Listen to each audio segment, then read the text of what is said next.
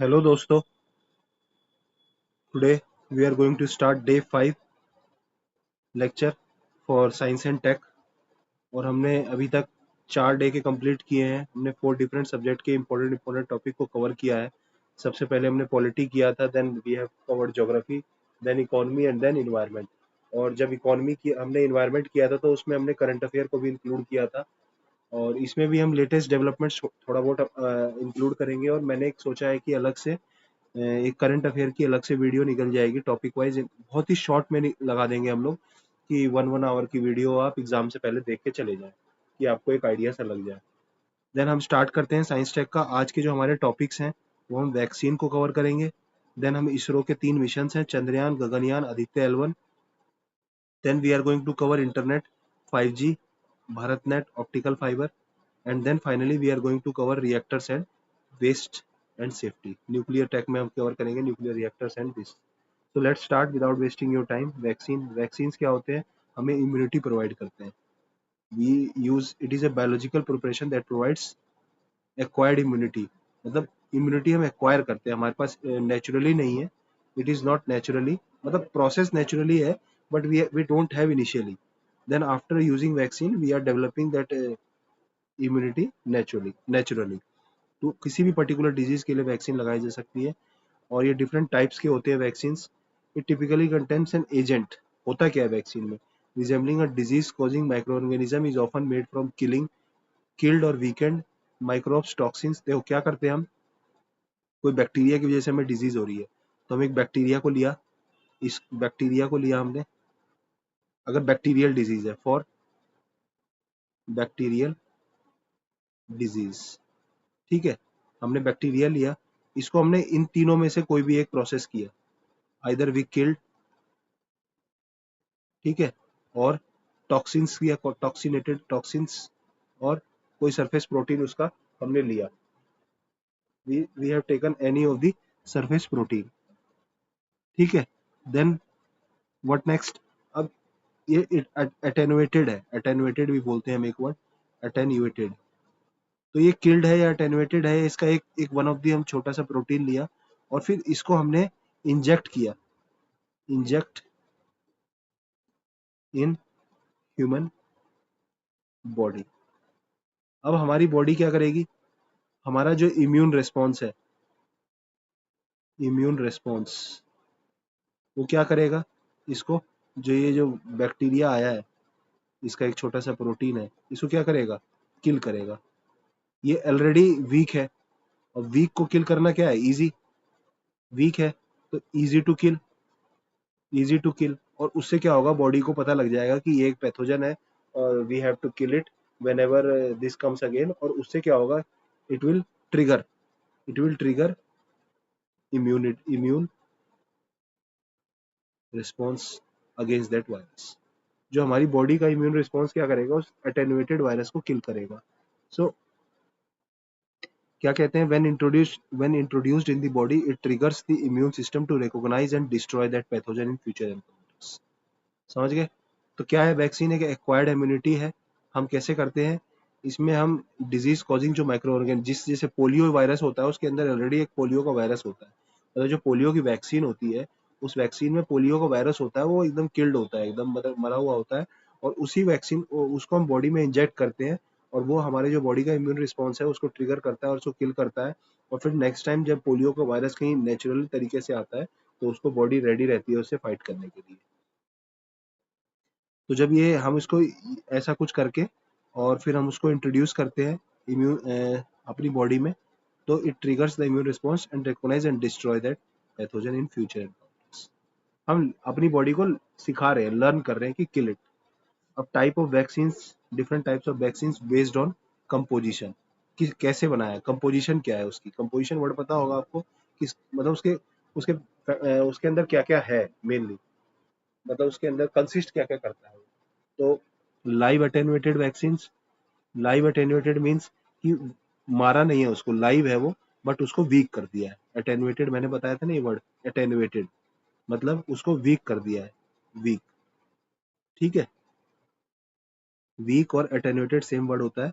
Form contain weak and attenuated form of pathogen mimic natural infections, long lasting immunity होती है और usually need only 1 और 2 doses, इससे ज्यादा की जरूरत नहीं पड़ती क्योंकि ये लाइव वायरस डाला है तो इसको हमें दोबारा जरूरत नहीं है, एक बार डाल दिया तो लॉन्ग लास्टिंग इम्यूनिटी होती है, सबसे इंपॉर्टेंट पार्ट। अब इसके एग्जांपल्स क्या हैं? देखो एमएमआर, एमएमआर चाइल्ड को दिया जाता है, चाइल्ड को मीजल मम्स एंड रूबेला, ये एमएमआर वैक्सीन है, ये बहुत इंपॉर्टेंट है, बहुत इंपॉर्टेंट है, महामारी हो जाती है तो आजकल इंडियन गवर्नमेंट एमएमआर प्रोवाइड करने लगी है। पहले क्या होता था, एमआर मिलता था खाली, MR, then recently MMR add किया गया है इसमें, प्राइवेट में तो पहले ही मिलता था, इंडियन गवर्नमेंट अंडर मिशन इंद्रधनुष जो वैक्सीन का मिशन है उसमें ये भी प्रोवाइड करने लगी है, अभी still not available in the market wholeheartedly but they will provide it. Then BCG की वैक्सीन है, बीसीजी ट्यूबरक्लोसिस की जो बीसीजी का टीका लगता है सबको बचपन में, बीसीजी ये भी एक लाइव अटेनुएटेड वैक्सीन है। देन ओरल पोलियो, मैंने बताया था ना पोलियो वायरस, हम डायरेक्ट वायरस को बॉडी में इंजेक्ट कर रहे हैं वो भी लाइव, बट वो अटेनुएटेड है, उसकी जो उसकी जो पावर है उसको हमने पूरा एकदम वीक कर दिया उसको लेबोरेटरी में, and then we have injected like yellow fever. तो MMR, BCG, OPV, polio, oral polio virus बोलते हैं OPV, and then yellow fever, ये 4 तरह की लाइव अटेनुएटेड वैक्सीन होती है। देखो इनके जो प्रोज होते हैं वो स्ट्रॉन्ग इम्यून रिस्पॉन्स है और लॉन्ग टर्म है, बट इसमें रिस्क भी होता है, risk of reverting viral form, very rare है बट उसका रिस्क होता है, और cannot be given to immunocompromised people. ठीक है, ये बहुत इंपॉर्टेंट है, इम्यूनो कॉम्प्रोमाइज का मतलब समझ रहे हैं, मतलब very weak, very weak immunity, जिनकी बहुत ही ज्यादा वीक इम्यूनिटी है उनको नहीं दिया जा सकता है। देन नेक्स्ट इनएक्टिवेटेड और किल्ड, नेक्स्ट है किल्ड, मतलब मरा हुआ, simple, contain killed version of pathogen, safe for immuno, जो इम्यूनो कॉम्प्रोमाइज पीपल हैं जिनकी इम्यूनिटी बहुत वीक है उनके लिए सेफ होता है, और मल्टीपल डोजेस की जरूरत पड़ती है, बूस्टर्स की जरूरत पड़ती है, जैसे कि बूस्टर डोज लगी थी ना उसकी कोविड की, तो बूस्टर्स की जरूरत पड़ती है, ज्यादा ज्यादा चाहिए होता है, उसको बूस्ट करना पड़ता है एक दो। इसमें कौन कौन सी है, एक तो इनएक्टिवेटेड पोलियो वैक्सीन आईपीवी, ये क्या है, इंजेक्शन की फॉर्म में दिया जाता है। देखो ओपी पोलियो में एक होता है ओपीवी, ये होता है लाइव अटेनुएटेड, ठीक है, एक होता है आईपीवी, ये है किल्ड इनएक्टिवेटेड, ये इंजेक्शन की फॉर्म में दिया जाता है, इंजेक्शन, और जो ओपीवी है ये ओरली दिया जाता है, ओरली माउथ से, थ्रू माउथ, ठीक है।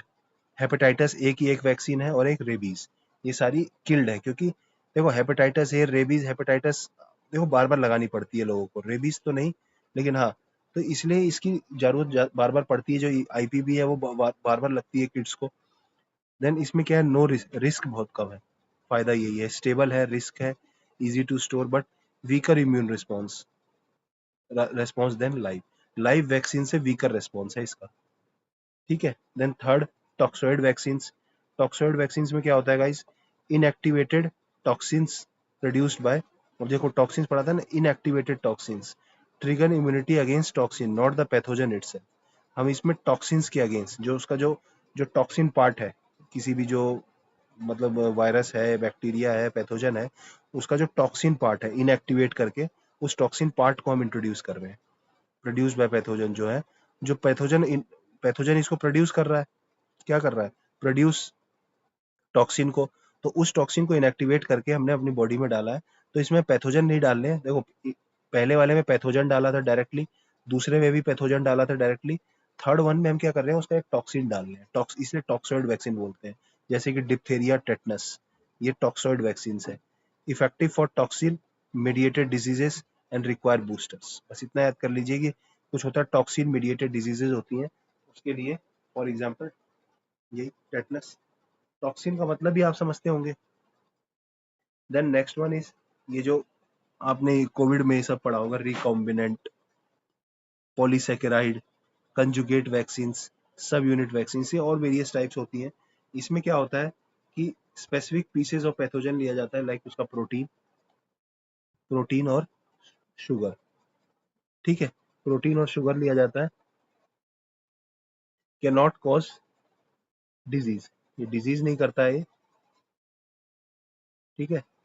टारगेटेड इम्यून रिस्पॉन्स, जितना हमें जरूरत है उतना उतना ही ये मतलब रिस्पॉन्स ट्रिगर करता है। टारगेटेड बहुत ही मतलब डायरेक्ट क्या है, किसी भी वायरस होता है उसमें क्या होता है, प्रोटीन्स, प्रोटीन से ही सब कुछ है, protein is everything in our body, protein से ही वायरस क्या होगा, प्रोटीन ही उसका जो है वो कॉज डिजीज, वही डिजीज करता है। तो जो वायरस का होता है, तो हम कहते हैं ना स्पाइक प्रोटीन, जो कोविड का ऐसे स्पाइक थे, तो वो स्पाइक प्रोटीन जो थे कोविड के, वो पैथोजन थे, और वो हम प्रोटीन को इंट्रोड्यूस करते हैं rather than the whole pathogen इसमें भी। तो उसके बाद इसके एग्जांपल्स कौन कौन से हैं, recombinant hepatitis B, HPV, pneumococcal vaccine, ये दीज आर इन न्यूज में थे काफी।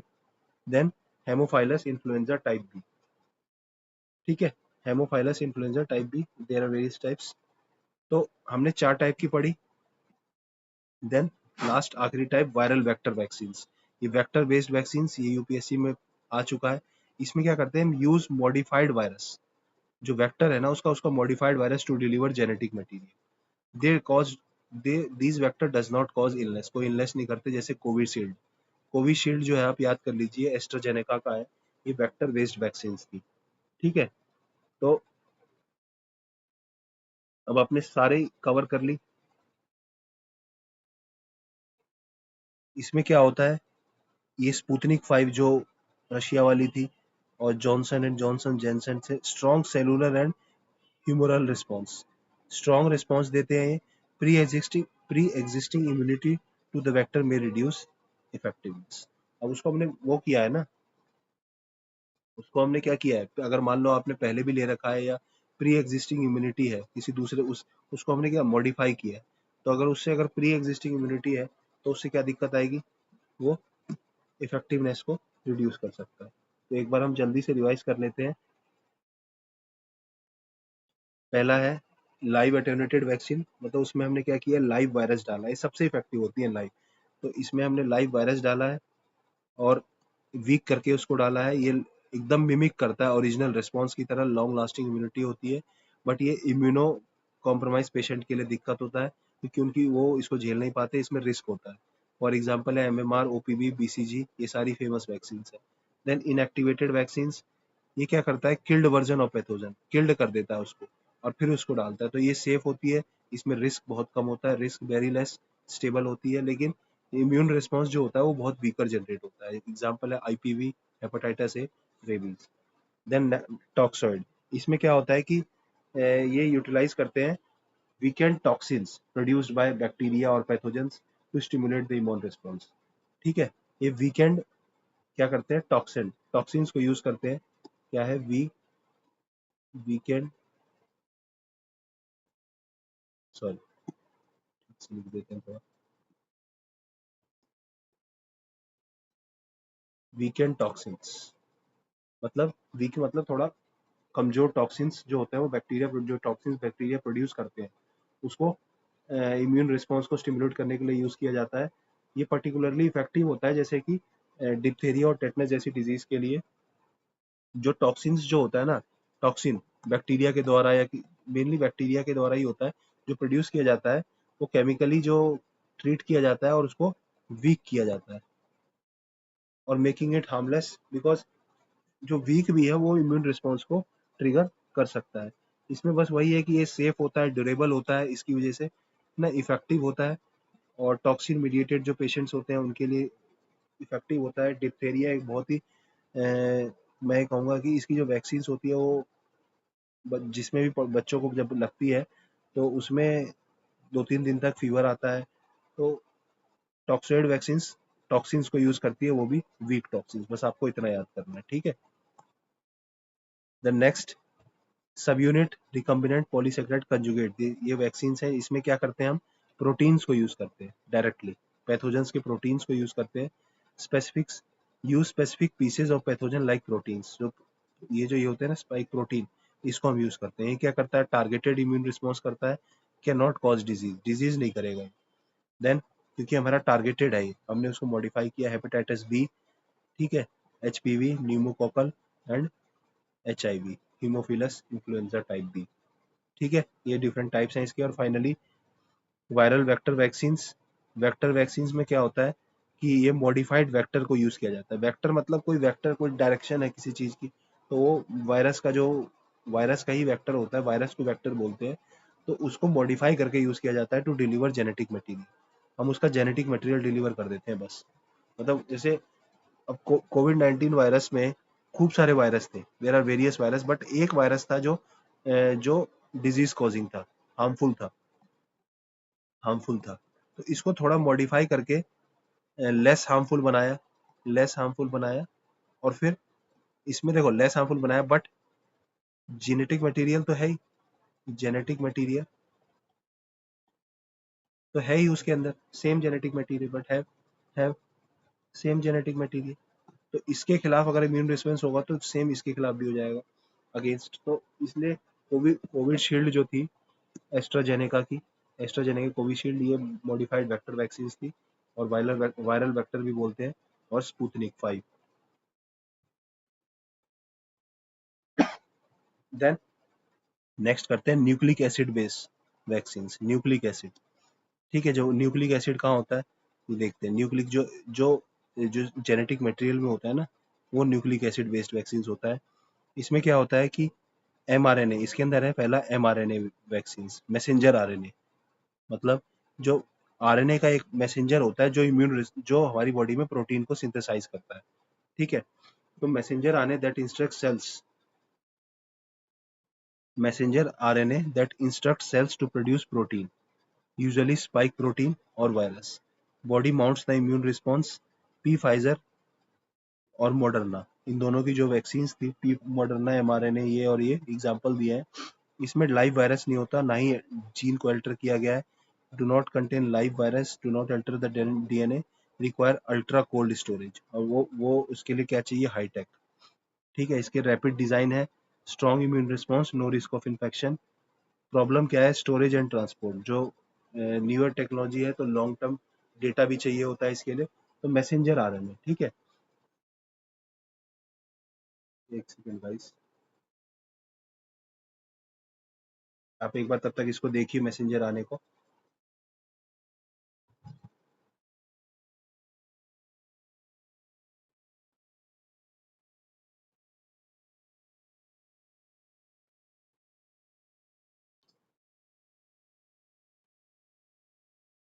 Then next, DNA based vaccine.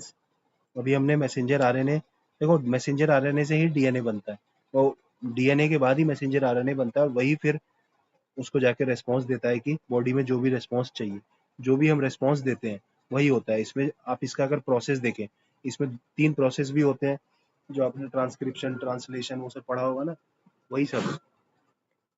चलो वो डिफरेंट टॉपिक है, कभी और पढ़ेंगे। देखो यूज इंजीनियरिंग, इसमें क्या होता है, plasmid DNA, engineering plasmid DNA to encode the antigen, host cell take up the DNA and produce antigen proteins, trigger immune response, ठीक है। मैकेनिज्म क्या है कि हम इंजीनियर्ड मतलब चेंज्ड, इंजीनियर्ड का मतलब क्या है, लेबोरेटरी में, लैब लेबोरेटरी में चेंज किया गया है उसको, ठीक है, लेबोरेटरी में चेंज किया गया है, और प्लास्मिड डीएनए डीएनए को लिया है, और उसमें एनकोड किया गया है एंटीजन को।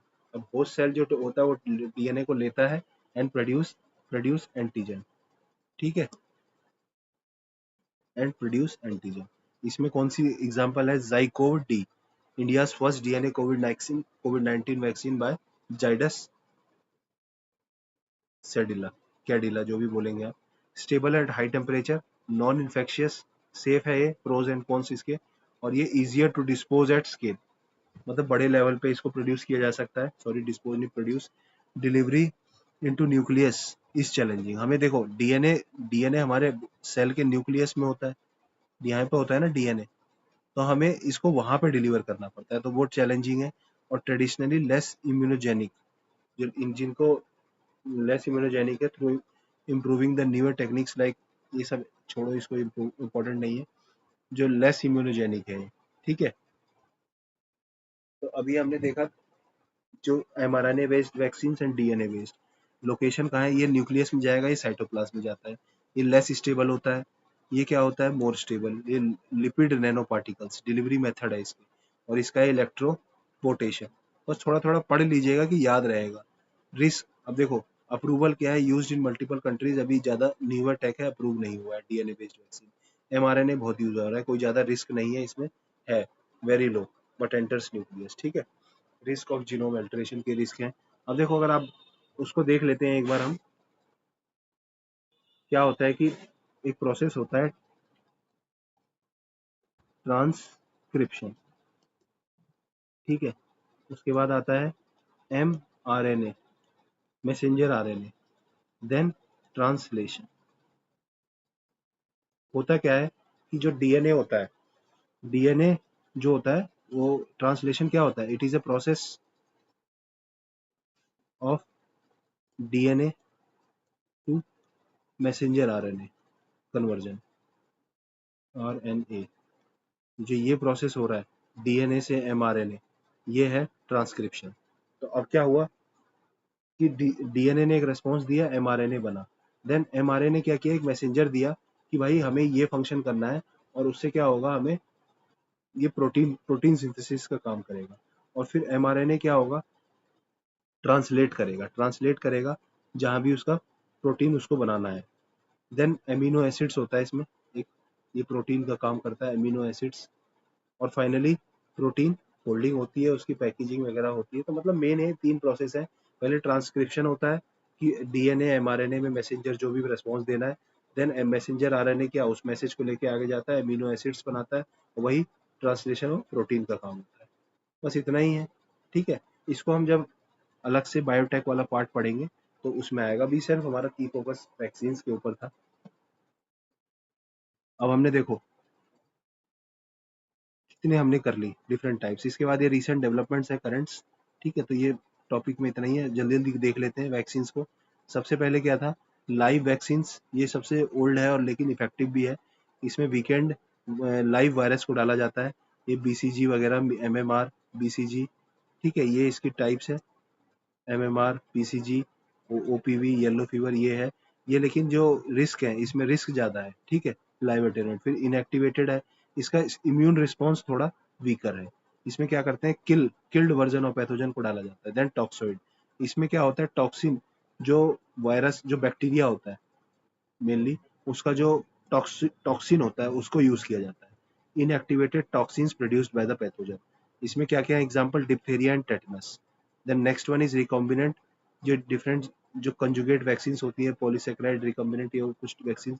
इसमें क्या होता है, यूजेस रिकॉम्बिनेंट, मानिए रिकॉम्बिनेंट वैक्सीन की स्पेसिफिक पीसेस और pathogen like proteins and sugar cane not cause disease, ये डिजीज नहीं करेंगे, और टारगेटेड रेस्पॉन्स देते हैं, ये इसका बेनिफिट है, टारगेटेड रेस्पॉन्स।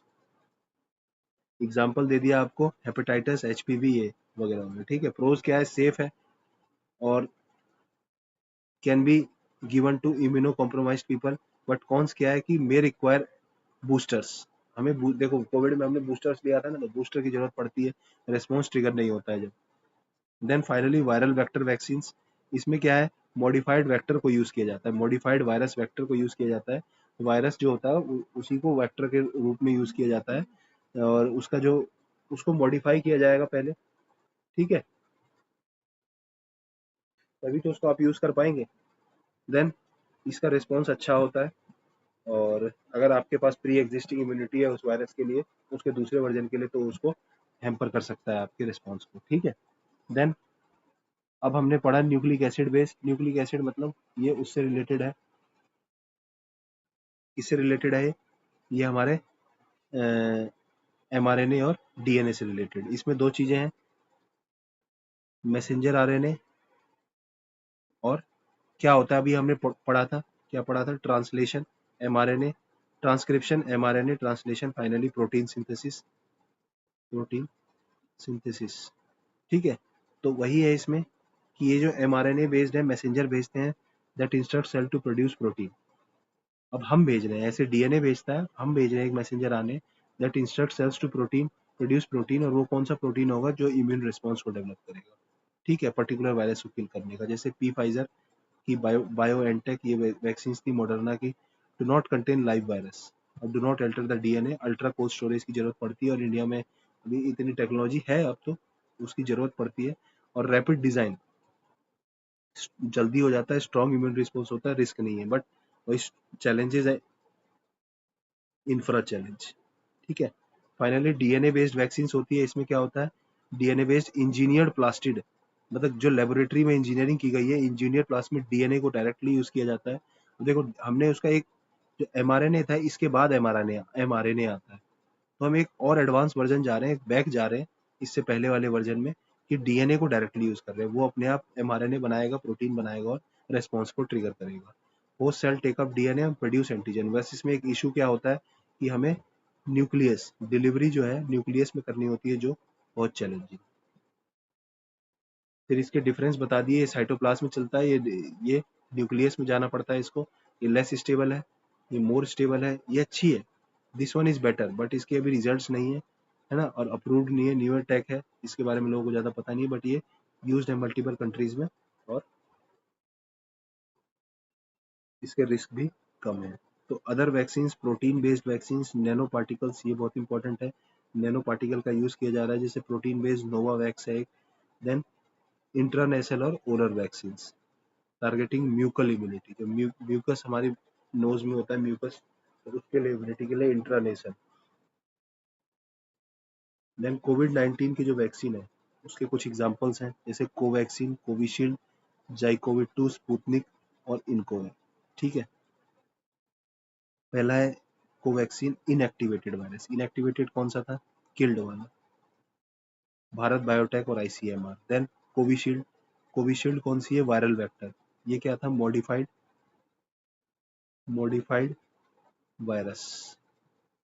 ठीक है, मॉडिफाइड वेक्टर को यूज किया था, ये सीरम इंस्टीट्यूट ऑफ इंडिया और एस्ट्राजेनेका। देन जाइकोविड, जाइकोव डी, ये डीएनए बेस्ड है, जायडस कैडिला इंडिया की पहली थी डीएनए बेस्ड।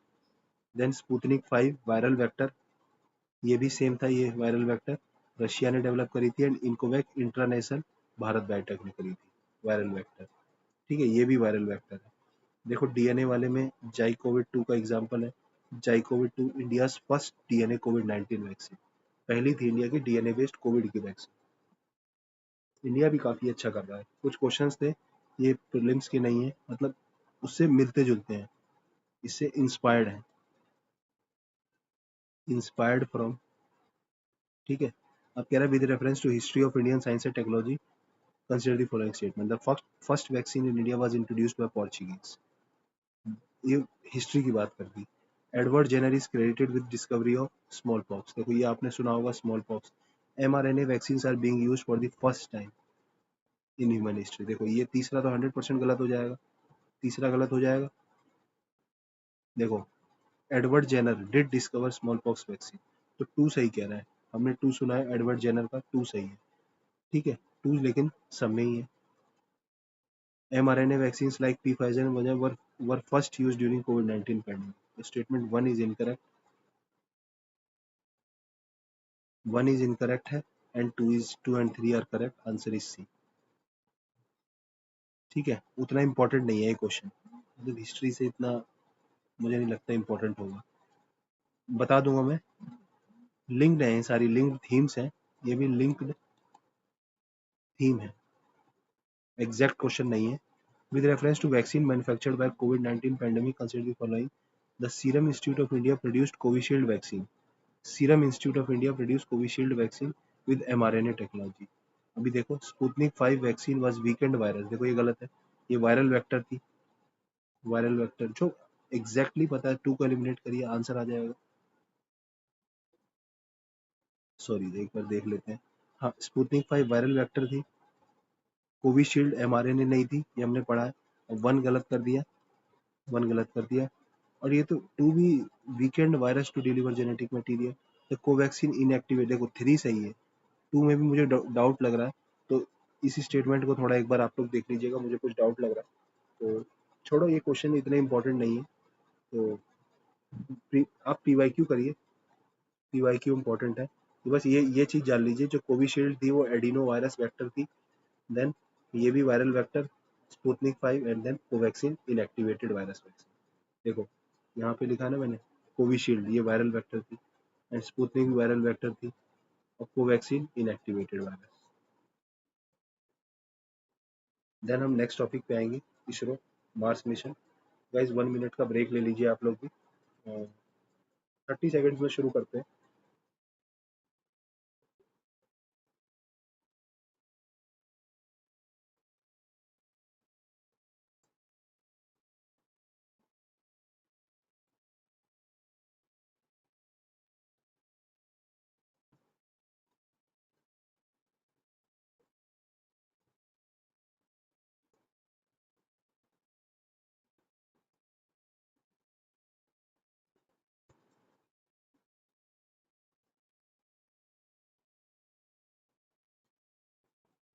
अब देखो इसरो के हम ये 3 मिशन कवर करेंगे आज, चंद्रयान, गगनयान एंड आदित्य L1।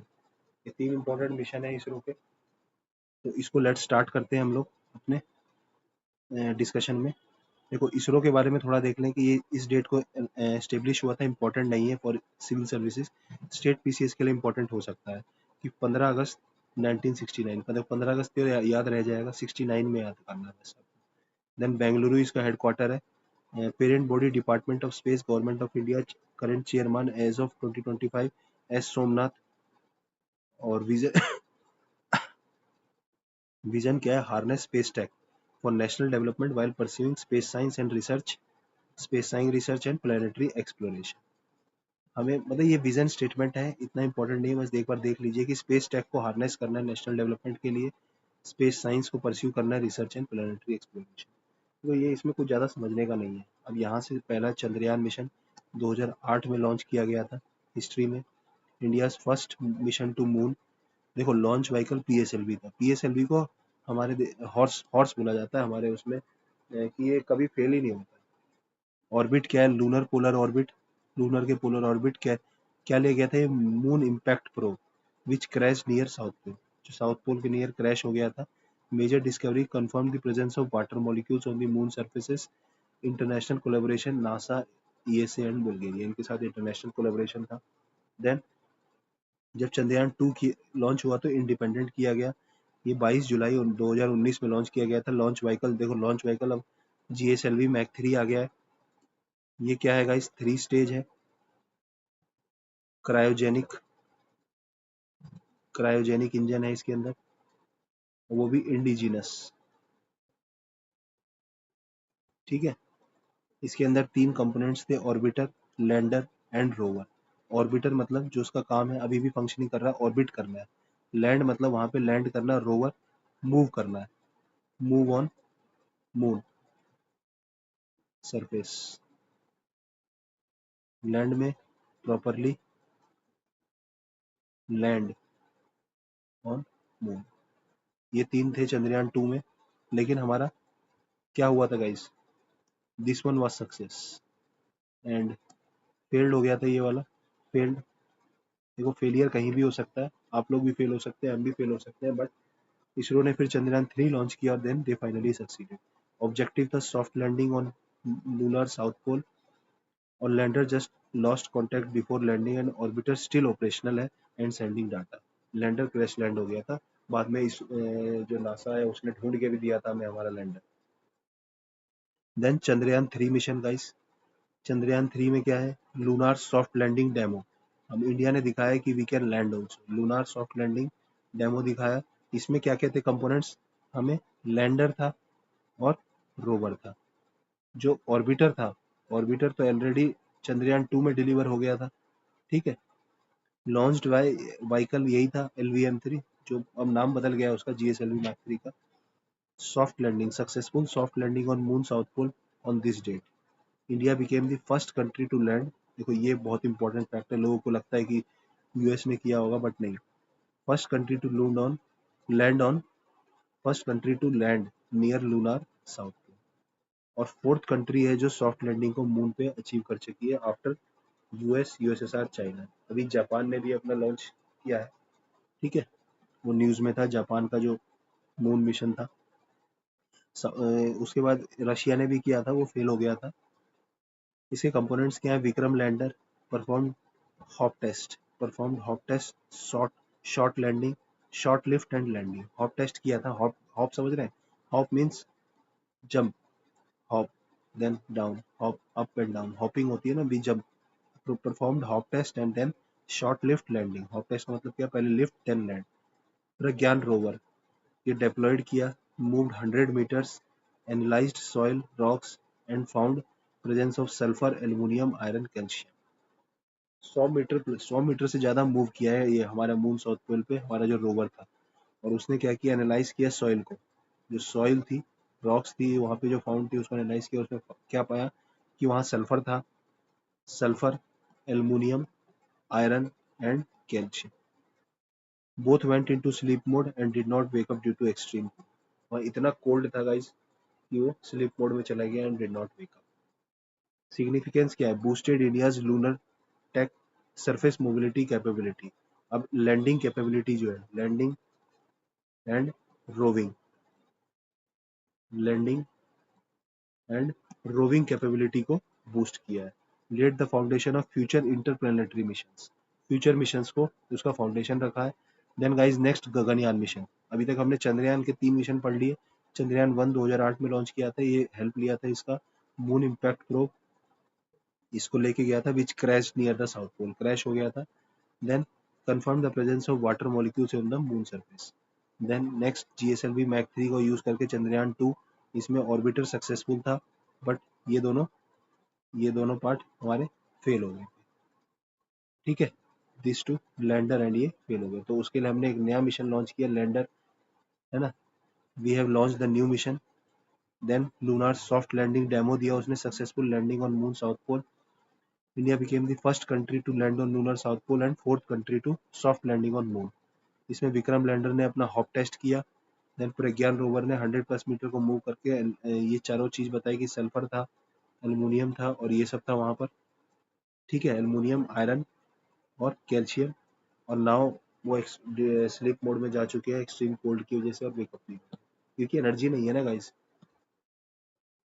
अब गगनयान मिशन को देखते हैं। गगनयान मिशन में क्या कह रहा है, मिशन टू सेंड इंडियाज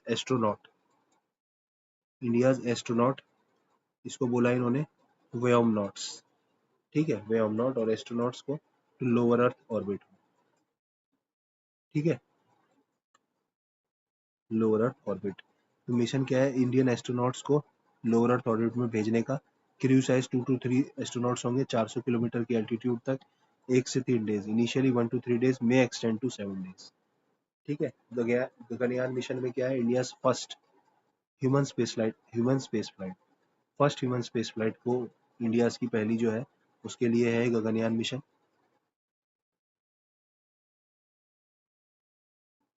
की माइलस्टोन एंड अपडेट्स क्या है, 2018 में प्लान किया था बट कोविड की वजह से डिले हो गया है।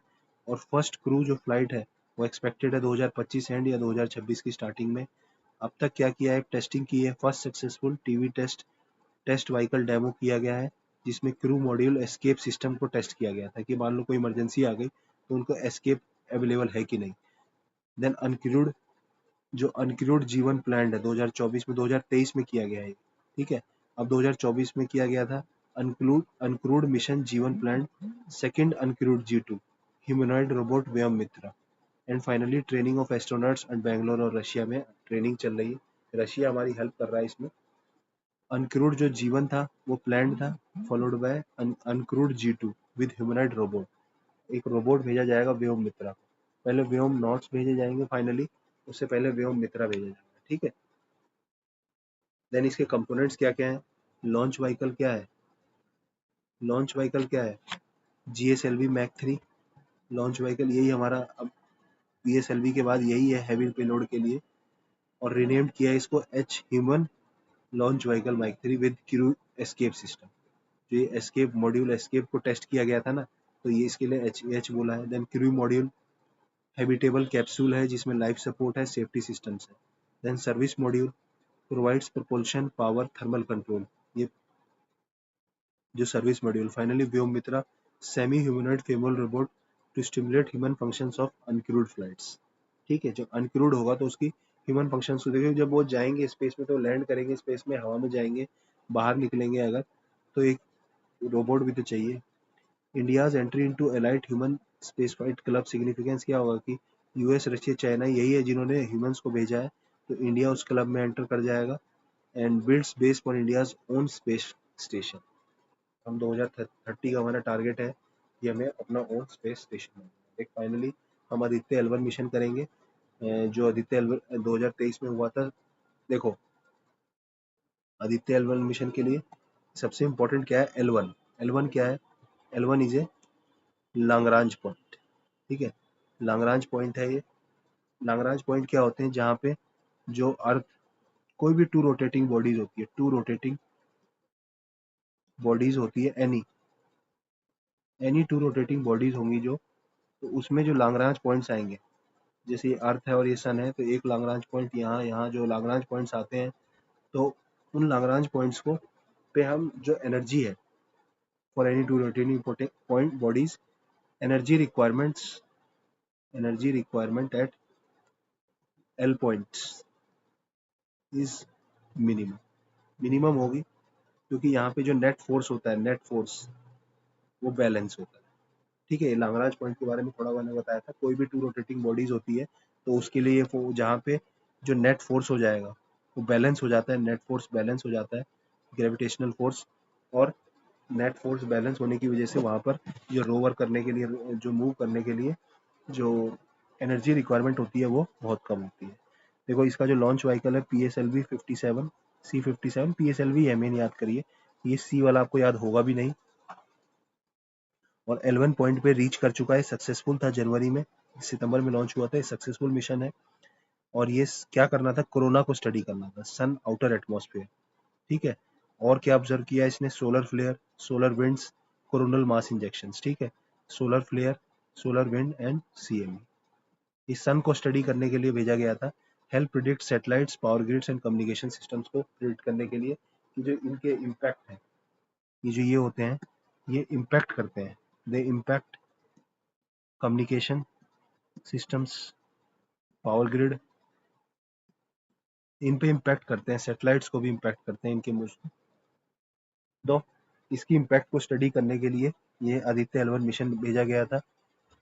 और 1.5 मिलियन किलोमीटर जो लैग्रांज पॉइंट है उसके बारे में बता रहा है कि 1.5 million kilometre from earth towards sun. Earth से, यही है ना, अर्थ से टुवर्ड्स सन की तरफ 1.5 मिलियन किलोमीटर। ठीक है, ये अर्थ है, ये सन है, तो अर्थ से सन की तरफ होगा, और ये नियरेस्ट होता है, नियरेस्ट। जो L1 होगा वो नियरेस्ट होगा। ठीक है, बाकी L2 L3 L4 वो नियरेस्ट नहीं होंगे। और बेस्ट पॉइंट है अर्थ सन को स्टडी करने के लिए, बेस्ट बेस्ट है ये टू स्टडी सन। ठीक है, पेलोड्स क्या है? इसके 7 पेलोड्स हैं। ये पेलोड्स के नाम आप याद कर लीजिए थोड़ा बहुत, क्योंकि हो सकता है कि UPSC इस पे पूछ ले, क्योंकि ये लेटेस्ट है, न्यूज में भी था काफी। कि एक VELC क्या है? कोरोनाग्राफ, कोरोना को स्टडी करने के लिए। देन एक सूट है, देखो ये नाम भी अच्छा लग रहा है, सूट। सूट वो किसी और चीज से रिलेट करेगा, टेक्सटाइल इंडस्ट्री से रिलेट कर देगा कहीं, नहीं। सूट क्या है? UV रेडिएशन के लिए, सोलर के UV रेडिएशन स्टडी करने के लिए भेजा गया था। देन सोलेक्सिस एंड हेलवन, ये दो हैं। इसमें क्या था? सोलर एक्सरेज के लिए था ये। देन एस्पेक्स एंड पापा, पापा एस्पेक्स, ये क्या है? सोलर विंड एनर्जेटिक पार्टिकल्स के लिए। देन मैग्नेटोमीटर, वो मैग्नेटिक फील्ड के लिए। देखो ये इजी है, मैग्नेटो फील्ड, मैग्नेटोमीटर। एक सूट याद कर लीजिए UV रेडिएशन के लिए। देन पापा याद कर लीजिए, एस्पेक्स और पापा, ये सोलर विंड और एनर्जेटिक पार्टिकल्स के लिए है। ठीक है, बाकी याद तो आपको सारे करने चाहिए। VELC ये कोरोना को स्टडी करने के लिए है। देन सूट, देन सोलेक्स, ये एक्सरेज को ऑब्जर्व करेगा, solar X rays. Then ASPEX and PAPA जो सोलर विंड एनर्जेटिक पार्टिकल्स को एनालाइज करेंगे। एंड फाइनली मैग्नेटोमीटर जो मैग्नेटिक फील्ड को मेजर करेगा। अचीवमेंट क्या है guys? First solar image captured, first solar image, monitoring space weather, continuously monitor कर रहा है, फर्स्ट सोलर इमेज को कैप्चर किया इसने। And help understand solar wind patterns better then before. अब कुछ अदर इंपॉर्टेंट मिशन है इसरो के। एक शुक्रयान जो वीनस का है, अंडर प्लानिंग है, 2026 तक का target. Then NISAR with NASA, पूछ सकता है निसार, ये क्या है? Earth observation, SAR imaging, to be launched, ये भी प्लानिंग में ही है। स्पेडेक्स स्पेस डॉकिंग एक्सपेरिमेंट, ये काफी न्यूज में था, will support Gaganyaan. And then XPoSat, ये तो लॉन्च हो चुका है एक्सपोसेट। ये ESC UPSC पूछ चुका है, समझ लीजिए। ESC के PYQ में पूछा था करंट अफेयर में कि एक्सपोसेट कौन सी कंट्री का सैटेलाइट है, इतना इजी क्वेश्चन पूछा था। इंडियाज एक्सरे पोलरीमीटर सैटेलाइट है, ठीक है, लॉन्च्ड इन जनवरी 2014। अब देखो, मैं ना इतना, देखो गाइस, लोग है ना बहुत डिटेल में पढ़ाते हैं साइंस टेक को, ये साइंस पूरा एकदम आपको सन सिंक्रोनस ऑर्बिट ऑर्बिट अंड शंट एकदम इतना ज्ञान देंगे आपको, लेकिन नहीं, इतना नहीं पढ़ने की जरूरत है, आप नहीं कर पाओगे क्वेश्चन, ट्रस्ट मी, अगर यूपीएससी डीप पूछेगा you will not able to solve the question, trust me guys. आपको बस बेसिक फैक्ट्स पता होने चाहिए, बस आप इतना ही कर सकते हैं। जैसे आदित्य एल1 के बारे में अगर आपको फैक्ट्स जानना है तो आपको ये पता होना चाहिए आदित्य एल1 में कि ये पीएसएलवी से ये जीएसएलवी पीएसएलवी में खेल सकता है। उसके बाद ये दे सकता है कि इसके पेलोड्स कौन कौन से थे, पापा या सूट को कहीं और लिंक कर देगा। फिर लंगराज पॉइंट में खेल सकता है कि 1 2 3 4 बस। और ये दो दे देगा कि कि solar flares, solar winds, coronal mass injection can affect power grids communication satellite, ऐसी कोई स्टेटमेंट दे सकता है। सन के आउटर एटमॉस्फेयर को स्टडी करना था, ऐसा कुछ लिख देगा। बस इतना ही जानने की जरूरत है। If you will study more than this, you are just wasting your time and energy. और आप हो सकता है कि एक्सपर्ट बन जाएंगे, बट गाइज एक्सपर्ट तो मैं ही नहीं बनता, मुझे तो पढ़ाने का काम है। बट स्टिल आई नो कि मुझे एक्सपर्ट बनने की जरूरत ही नहीं है। मैं स्पेस साइंटिस्ट थोड़ी हूँ, मेरे को तो बस बेसिक साइंस टेक जानना है। आई शुड नो कि जब मैं कल को कोई बंदा आईएएस बनेगा, आईपीएस बनेगा या किसी डिपार्टमेंट में जाएगा, ही नो बेसिक साइंस की। अगर उसे कोई इम्प्लीमेंट करना है कुछ कुछ मान लो डिपार्टमेंट ऑफ साइंस टेक में आप जाके सेक्रेटरी बनेंगे, तो आपको कुछ डिसीजन इम्प्लीमेंट करना है, you should know the, you should understand the basic कि हाँ, कि एक मिशन होते हैं इसरो के, उसमें हमें क्या डिसीजंस लेने हैं, ऐसा कुछ इंपॉर्टेंट होगा। आप यूपीएससी कोई भी पीवाईक्यू ले लीजिए, आपको उसमें टफ मिल जाए ना तो मेरे को बताइएगा, तो बहुत डीप घुसा हो। देन नेक्स्ट, चंद्रयान, देखो समरी है इसकी, चंद्रयान 3 क्या है, first at south pole, landing हो गई है, India become first to land on south pole. Then Gaganyaan क्या है, इंडिया की फर्स्ट ह्यूमन स्पेस मिशन है, क्रूड इन 2025-26 का टारगेट है। अभी क्रूड टेस्ट, अनक्रूड टेस्ट कर लिया गया है सक्सेसफुल, मतलब बिना क्रू के, व्योम मित्रा के साथ। Then Aditya L one to study sun, Lagrange point 1 पे भेजा गया है, functioning well. India aims to its own space station by 2030 and ISRO focuses on low cost high impact missions, low cost for indigenous technology. अब हमारे देश में internet वगैरह जो सैटेलाइट इंटरनेट और ये सब स्पेस इंटरनेट, इन इसरो भी तो कर ही सकता है ना। और फिर प्राइवेट सेक्टर पार्टिसिपेशन भी हमें इंक्रीज करना है। Next, basic terms and concept in space mission. Basic terms क्या है, थोड़ा सा बेसिक्स जो है, जो भी मैं बोल रहा था, मैं थोड़ा जानने की जरूरत है। जैसे पीएसएलवी जीएसएलवी, इसके ऊपर यूपीएससी ने एक बार पीवाईक्यू भी पूछा, डिफरेंस उतना ही जानना है। देखो पीएसएलवी जीएसएलवी में भी क्या पूछा था यूपीएससी ने, देखो मैं दिखाता हूँ आपको क्वेश्चन, दिखाता हूँ। देखो पीएसएलवी जीएसएलवी यूपीएससी ने पूछा क्या था, कि पीएसएलवी का यूज क्या है। पीएसएलवी लॉन्च कर रहा है अर्थ रिसोर्स मॉनिटरिंग, और GSLV is design to launch communication से। सीएससी 2018 का क्वेश्चन है। मतलब ये पूछ रहा है बस इनका पर्पस क्या था। कह रहा है ये जो है पीएसएलवी जो है सैटेलाइट, वो रिमेन परमानेंटली फिक्स्ड रहते हैं। अच्छा, और जीएसएलवी 4 स्टेज है, बस इतना देख रहे हो। ये घुसा कि जीएसएलवी में क्रायोजेनिक इंजन के अंदर हाइड्रोजन ऑक्सीजन को अंदर उसके अंदर कैसे डेवलप किया गया था, उसको रिएक्शन कैसे करवाई जा रही है, नहीं। बस ये पूछ रहा है 4 स्टेज है, नहीं, ये 3 स्टेज होता है, इसमें 4 स्टेज नहीं होता है ये।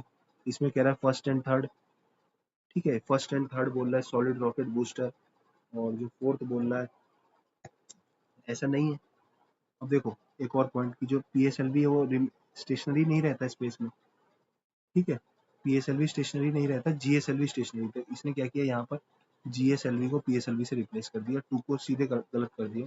आप 2 को गलत करेंगे 1/3 में कंफ्यूज हो जाएंगे, आपको 4 3 नहीं भी पता। देखो ये फैक्ट है, फैक्ट स्टेटमेंट यूपीएससी गलत देता है।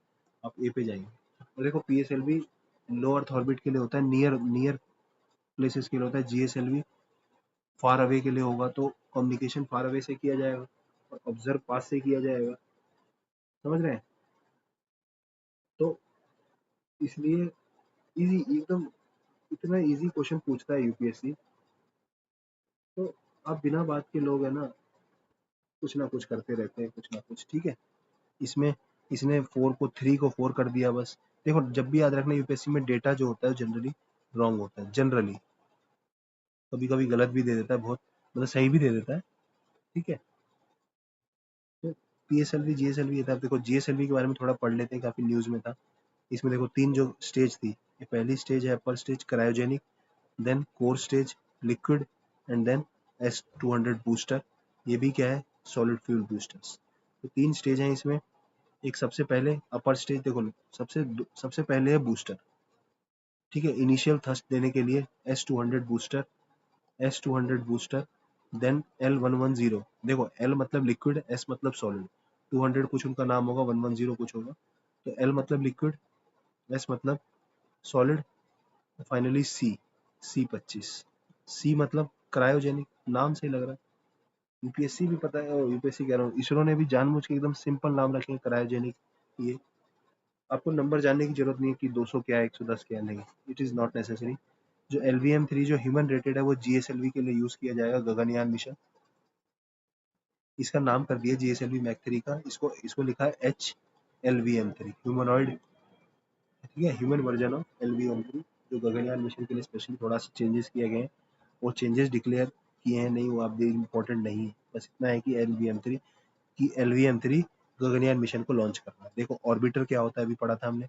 ऑर्बिटर जो मून के या किसी भी बॉडी के ऑर्बिट करेगा, ये सैटेलाइट है, ऑर्बिट करेगा इसकी, ठीक है। It goes into orbit around a body, moon और किसी के भी, but does not land. Important यही है, ऑर्बिटर में क्या है, does not land. Example Chandrayaan 2 orbiter still orbiting.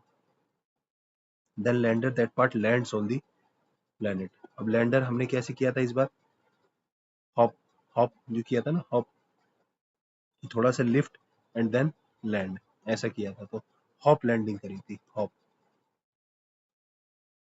ठीक है। जो विक्रम लैंडर था चंद्रयान 2-3 में, slowly descends and survive, impact को सर्वाइव करता है। रोवर, रोवर वही है जो मूव करेगा, ठीक है, moves on the surface of another planet और मून। प्रज्ञान रोवर किया था। इसके अंदर कैमराज होते हैं, साइंटिफिक इक्विपमेंट्स होते हैं, ये हमें टेस्ट रिजल्ट्स भेजते हैं। देन री एंट्री, ये बहुत इंपॉर्टेंट है, री एंट्री मॉड्यूल, क्योंकि देखो जो ह्यूमन स्पेस, जो गगनयान में क्रू भेजा जा रहा है, उसको वापस भी तो चाहिए ना, we have to bring them back, ठीक है। तो उसके लिए री एंट्री जरूरी है, बस नाम से ही लग रहा है, crew module. Space capsule in human space flight, space flight missions that carries astronaut. Space capsule है in human space flights missions carrying astronauts. It returns to Earth after orbiting and enters Earth atmosphere protected by heat shield. Then payloads क्या क्या हैं? Payloads, scientific payload क्या होते हैं, देखो ये terms हैं बेसिक, बस बेसिक टर्म है, इतना ही जानना है इन बेसिक्स में। कि लॉन्च व्हीकल क्या होते हैं, जो लॉन्च करते हैं सेटेलाइट को। इंडिया का मोस्ट पावरफुल लॉन्च व्हीकल है अभी ये LVM-3, 4000 kg का इसका लोड है, एंड 10,000 तक अपर अर्थ ऑर्बिट, GTO में 4000 और 10,000 तक का लोअर अर्थ ऑर्बिट, ठीक है। ये चंद्रयान 2 में यूज हुआ है, 3 में यूज हुआ है, गगनयान में भी यूज होगा। तो यही बेसिक है, पेलोड, रोवर, लैंडर, ये थोड़ा आप सबको पता भी होगा।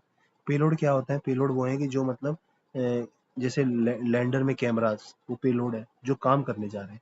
द साइंटिफिक इंस्ट्रूमेंट्स और equipment which carried by spacecraft और सैटेलाइट टू परफॉर्म एक्सपेरिमेंट्स, हमारा अल्टीमेट एक्सपेरिमेंट ही तो करना है ना, टू परफॉर्म एक्सपेरिमेंट्स। तो क्या है, साइंटिफिक इंस्ट्रूमेंट्स हैं, इक्विपमेंट्स हैं, कैरिड बाय स्पेसक्राफ्ट और सैटेलाइट टू परफॉर्म एक्सपेरिमेंट्स। जैसे आदित्य L1 में VELC था, सूट था, मैग्नेटोमीटर था मैग्नेटिक के लिए, थे ना, ये देखो दिखा देते हैं। VELC कोरोना की स्टडी के लिए, सूट किसके लिए था, UV के लिए, देखो U, सूट में U है तो UV, सोलेक्स और Hel1OS क्या है, एक्सरेज के लिए। पापा, पापा एनर्जी है, पापा में एनर्जी होती है, तो पापा एनर्जी और एस्पेक्ट सोलर विंड एनर्जी और मैग्नेटोमीटर इतना, ठीक है, याद कर लीजिए इसको। VELC, देखो VELC में लग रहा है कोरोना से, C से कोरोना, ठीक है। देन सूट में U, इसको थोड़ा सा और दूसरे पेन से हाईलाइट कर देते हैं। देखो ये C है, ये U है, ठीक है। इसमें XX आ रहे हैं, सोलेक्स, एक्सरेज। देन इसमें पापा, और इसको याद कर सकते हैं सोलर विंड, और उसकी एनर्जी होगी, और मैग्नेट से करंट होगी। बस मेन VELC में C से कोरोना है, तो कोरोना को स्टडी करेगा, कोरोनोग्राफ, नाम ही है कोरोनोग्राफ। सूट यूवी रेडिएशन को स्टडी करेगा। तीसरा सोलेक्स, एक्सरे को स्टडी करेगा। तो अब याद हो गया होगा आपको। तो जो आदित्य L1 में पेलोड कौन कौन से थे, एक VELC, SUIT, magnetometer. Then finally Lagrange point L1। देखो मैंने बताया था, जहाँ ग्रेविटेशनल फोर्स ऑफ सन और मून बैलेंस हो जाते हैं, मतलब जो फोर्स है वो बैलेंस हो जाते हैं। देखो मैंने बताया था, आपको दिखाता हूँ, इजी है यार। नेट फोर्स जो है वो क्या है, नेट फोर्स बैलेंस मिनिमल होता है यहाँ पे, जो फ्यूल कंजम्पशन होता है एल पॉइंट पे मिनिमम होता है, ये होते हैं लैग्रांज पॉइंट, बेसिक पीछे भी होता है। सो जैसे आप मुझे कमेंट बॉक्स में बताइएगा कि जो हबल स्पेस टेलीस्कोप है वो कहाँ पे लैंड, वो कौन से पॉइंट पे है, ठीक है। देन लैग्रांज पॉइंट यही क्या है, ग्रेविटेशनल फोर्स जो है सन और मून के बैलेंस कर चुके हैं। और L1 is ideal for uninterrupted observation of sun. 1.5 million, देखो ये है ना, 1.5 की जगह 10 दे देगा एग्जाम में, देगा। तो अगर देगा ना तो बहुत ही ज्यादा बियॉन्ड, मतलब देगा बहुत ही ज्यादा, 1.5 को 10 कर देगा, वो बहुत ज्यादा नहीं हो जाएगा, 10 मिलियन किलोमीटर फ्रॉम अर्थ, ठीक है। फिर व्योमनॉट्स जो और गगननॉट्स जो इंडियन टर्म है, और एस्ट्रोनॉट्स अंडर गगनयान मिशन, जो एस्ट्रोनॉट्स हैं जो गगनयान मिशन में जाएंगे, व्योम मतलब स्काई इन संस्कृत, ठीक है। देन क्रू एस्केप सिस्टम, जो क्रू जो है वो एस्केप करेंगे, एक सेफ्टी सिस्टम है कि कभी अगर इमरजेंसी होगी तो क्रू अपने आप उससे एस्केप कर जाएंगे, और वो जो कैप्सूल है वो अपना थ्रो अवे हो जाएगा, खराब हो जाएगा, क्रू बच जाएगा। Design to quickly pull the crew capsule away from the, जो कैप्सूल है उसको पुल कर लेगा away from the rocket in case of emergency during launch, कोई इमरजेंसी हो गई तो उसमें quickly pull the crew away from the rocket. Successful test किया गया है अक्टूबर 2023 में, T1D1 मिशन था, TVD1। ये इसरो करता रहता है मिशन अपना, उसको गगनयान सक्सेसफुल करना है, इस ईयर एंड या अगले साल के स्टार्टिंग में भेजना है उसे। रशिया में ट्रेनिंग चल रही है उनकी, जो क्रू है। इसरो डिजाइन, व्योमित्र क्या है, एक रोबोट है। ISRO design female looking semi humanoid robot, जो अनक्रूड गगनयान मिशन है ना, will be used in uncrewed, जो इसमें लोग नहीं जाएंगे। तो उसमें क्या है, एक ह्यूमन जैसा रोबोट भेजा जाएगा जो सिमुलेट करेगा ह्यूमन रेस्पॉन्सेज को, कि वहाँ पे ह्यूमन को जो प्रॉब्लम होगी वो बताएगा, और उसके हिसाब से हम कैप्सूल को बेटर डिजाइन करेंगे। Will be used in uncrewed Gaganyaan mission to simulate human responses, ठीक है। अब डिफरेंट टाइप्स ऑफ ऑर्बिट्स, देखो low earth orbit, geostationary orbit, polar orbit. देखो लो अर्थ ऑर्बिट क्या होंगे, जो पास में होंगे human spacecraft satellites, human space flights satellite के लिए, क्योंकि लोअर ह्यूमंस को हम लोअर ऑर्बिट में भेजेंगे ना, ज्यादा फार अवे भेज देंगे, कनेक्शन टूट गया, खत्म, कोई जाएगा भी नहीं। 400 से 1000 किलोमीटर। देन जियो स्टेशनरी, ये दूर होते हैं, ये फार अवे होते हैं, फार अवे। इसके लिए कौन सा हम यूज करते हैं, GSLV और LVM3, समझ रहे हैं। ये वेदर और टेलीकम्युनिकेशन सैटेलाइट, यही क्वेश्चन था ना। देखो जो PSLV है वो अर्थ रिसोर्स के लिए, और GSLV है वो कम्युनिकेशन सैटेलाइट के लिए, GSLV। देखो जो GSLV है वो टेलीकॉम सैटेलाइट, कम्युनिकेशन, वेदर और दूर है, तो वो स्टेटमेंट पहला इसलिए सही था। पोलर ऑर्बिट क्या है गाइस, अर्थ ऑब्जर्वेशन के लिए बेस्ट होते हैं पोलर ऑर्बिट्स, ठीक है। अर्थ ऑब्जर्वेशन और सर्विलियंस के लिए बेस्ट होते हैं पोलर ऑर्बिट्स, वो बहुत अच्छे से ऑब्जर्व करते हैं। और जब गाइस इसको डिटेल में अगर पोलर ऑर्बिट्स के बारे में पढ़ेंगे तो आपको इसका लॉजिक भी पता लग जाएगा, ठीक है। तो पोल्स पे रहते हैं, ये कुछ क्वेश्चंस हैं, PDF में शेयर कर दूंगा, आप देख लेना। PYQ से थोड़े से मैचिंग मैचिंग क्वेश्चंस मैंने चेंज करने की कोशिश करी थी, ठीक है। देन हमारा जो आज का तीसरा टॉपिक है, इंटरनेट में 5G। इसका मैंने गाइज एक ICT का अलग से एक वीडियो बनाया है, इसमें 5G optical fibre Bharat net, इसको हम जल्दी जल्दी कवर करेंगे, we will do it fast, we will cover it fast में कवर करेंगे, क्योंकि watch ICT for ESE GS, इसमें हमने डिटेल में कवर किया गाइस, डिटेल्ड कवरेज, और PYQ भी किए हैं उसमें, ठीक है। मैं हमने टोटल कितना, 2 पार्ट्स हैं, 2 आवर्स के 2 parts, 2 hours, 1 hour for theory and then another one for numericals, okay.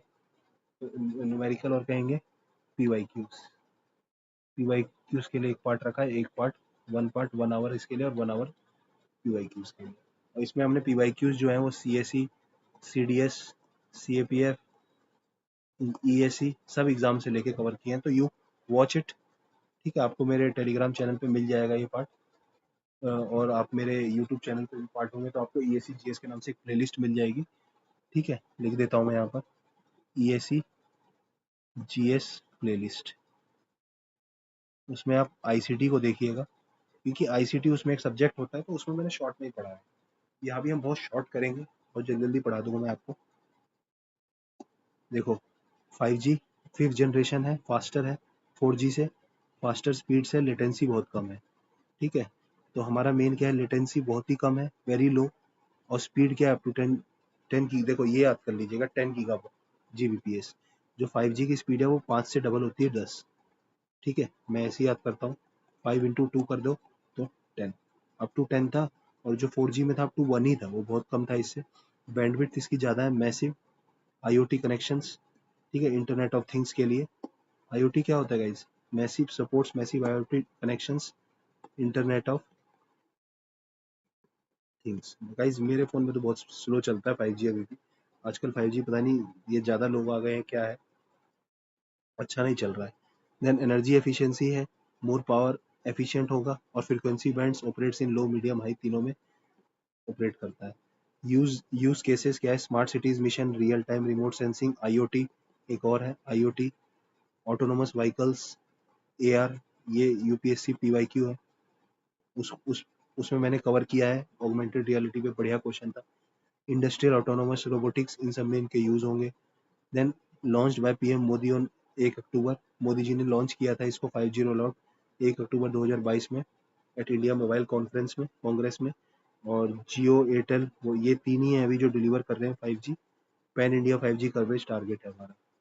National initiative किया, नेशनल 5G टेस्ट बेड, उसमें मैंने करंट अफेयर भी कवर किया है इसको, बहुत डिटेल में है वो, ज़्यादा आपको बहुत 2 की स्पीड में देखेंगे, हाफ आवर में कवर कर लेंगे। और जिसको फर्स्ट टाइम देख रहे हैं, थोड़ा नहीं ज़्यादा नॉलेज है, वो धीरे धीरे भी देख सकता है। तो नेशनल 5G टेस्ट बेड है, IITs और ISC के लिए R&D में, उसमें आप टेस्टिंग करेंगे। Then 6G roll out document है कि हमें 6G को भी 2030 तक लाना है। ये recent Bharat 6G mission, 5G spectrum auctions 1.5 lakh crore से रेज्ड हुआ है। And 5G used in Chandrayaan 3 telemetry data transfers rover operations, इसमें 5G का यूज किया जाएगा। मैंने इसमें जल्दी जल्दी पढ़ा है क्योंकि मैंने उसमें डिटेल में पढ़ा है। Then a technology that transmit data is pulses, optical fibre क्या है, ये एक फाइबर होता है, इसके अंदर पल्सेस की तरह एनर्जी ट्रांसफर होती है। Technology data that transmit data is pulses of light. ठीक है, थ्रू स्ट्रैंड्स ऑफ ग्लासेस और प्लास्टिक फाइबर्स, ये फाइबर है। ठीक है, ये फाइबर है, इसके अंदर जो है लाइट और जो पल्स है, ये क्या है, पल्स, ये ट्रांसफर होंगे। Backbone of high speed internet है ये, ब्रॉडबैंड इंटरनेट के लिए हर जगह आप देखोगे फाइबर टेक्नोलॉजी चलती है। ये light signals carrying data bounce through core of the fibre, total internet. TIR का कंसेप्ट यूज किया जाता है, TIR। मिराज क्या होता है वो भी आप पढ़िएगा, मिराज TIR से रिलेटेड ही होता है कुछ। अब देखो इसकी स्पीड बहुत हाई है, बैंडविड्थ इसका लार्जर है, सिग्नल लेस, सिग्नल लॉस होते हैं, इंटरफेरेंस कम होते हैं। बेनिफिट्स है, देखो एडवांटेज कभी नहीं टेक्नोलॉजी का पूछे ना, आप लगभग जो भी आपको लगे कि अच्छा है वो सही होगा।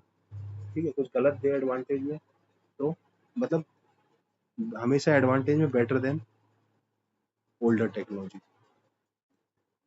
ठीक है, न्यू टेक, बस इसको याद रखिएगा। देखो ये आपको पता है बट एग्जाम में यूज करना है। Can transmit signals over long distances, difficult to tap without detection, security भी अच्छी है, मतलब स्पीड देखो यही है, स्पीड अच्छा है, बैंडविड्थ अच्छा है, signal integrity, security, distance. Then application क्या है, internet backhaul broadband, internet cables में यूज होता है, IoT नेटवर्क्स के लिए, स्मार्ट ग्रिड, मिलिट्री कम्युनिकेशंस, जो 5G के हैं वो सब इसमें डाल दीजिए। अब करंट अफेयर क्या है, over 35 lakh kilometre optical fibres हमारे देश में लेड की जाएगी up to as of March 2025। PLI scheme है इसके अंडर, क्या है, indigenous optical fibre cable productions. ठीक है, इंक्रीज अंडर PLI स्कीम। और अंडर सी केबल प्रोजेक्ट है अंडमान निकोबार में।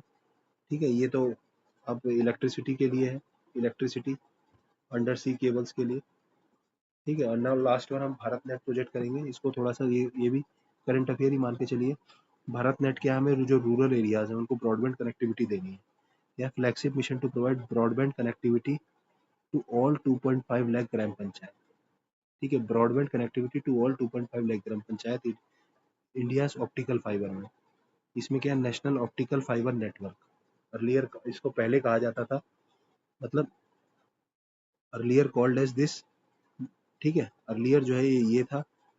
Now now Bharat net project change किया गया है इसका नाम, नेम चेंज किया है। इस गवर्नमेंट ने नेम चेंज बहुत किए हैं guys, और नेम के निमोनिक्स देखेंगे आप तो अच्छे अच्छे यूज करती है। इसमें क्या है, डिजिटल एजुकेशन, टेलीमेडिसिन, इसके जो ऑब्जेक्टिव्स हैं, ई गवर्नेंस, ई कॉमर्स। इसको बस पढ़ना है एक बार, ज्यादा समझने की जरूरत नहीं है। और आप मेरा लेक्चर देखिएगा, उसमें डिटेल में बताया। फेज 1 क्या है guys, connected 1 lakh gram panchayat. Phase 2 में 1.5 लाख, और फाइनली फेज 3 में सबको focus on last mile connectivity using wifi and satellite links. 3 phase है। फेज 1 में 1 लाख, फेज 2 2017 तक था वो 1.5 लाख, एंड फाइनली फेज 3 में क्या है, लॉन्च 2023 में हुआ था कि last mile connectivity using wifi and satellite links. क्योंकि लास्ट माइल में हमें भारत में मतलब फाइबर पहुंचाना बहुत मुश्किल है।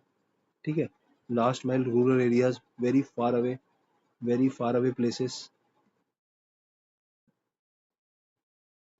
ठीक है, हिमालयाज का अरुणाचल प्रदेश में बहुत ज़्यादा वो है, तो वहाँ पे क्या है कि वाईफाई को पहुँचाना ही ज़्यादा बेटर रहेगा, सेटेलाइट से इंटरनेट देना ज़्यादा बेटर रहेगा। अब इम्प्लीमेंटिंग एजेंसी कौन है, देखो बीएसएनएल। बीएसएनएल के पास 5G नहीं है, बट ये प्राइवेट कंपनीज क्यों करेगी इतना, बीएसएनएल के लिए यही सब काम है। BSNL will do this. BSNL government company है और पब्लिक के लिए, पब्लिक वेलफेयर पे काम करेगी, प्रॉफिट ओरिएंटेड नहीं है। देन बीबीएनएल जो मर्ज हो चुकी है बीएसएनएल से इन 2023, रेलटेल, पावर ग्रिड, ये सब इसमें इम्प्लीमेंटिंग एजेंसी है। इसमें पीपीपी मॉडल में किया जा रहा है। पीपीपी मॉडल का मतलब क्या है, government plus public, government plus private. ठीक है, इसका एक मॉडल होता है बीओटी मॉडल, है ना, बिल्ड ऑपरेट ट्रांसफर। पहले बिल्ड करें, ऑपरेट करें, फिर फाइनली गवर्नमेंट को दे दें। ये रोड्स वगैरह में यूज होता है। ठीक है, अब दूसरा ईपीसी। ईपीसी मॉडल होता है, कमेंट बॉक्स में बताइएगा गाइस, कमेंट में कि ईपीसी मॉडल में क्या होता है।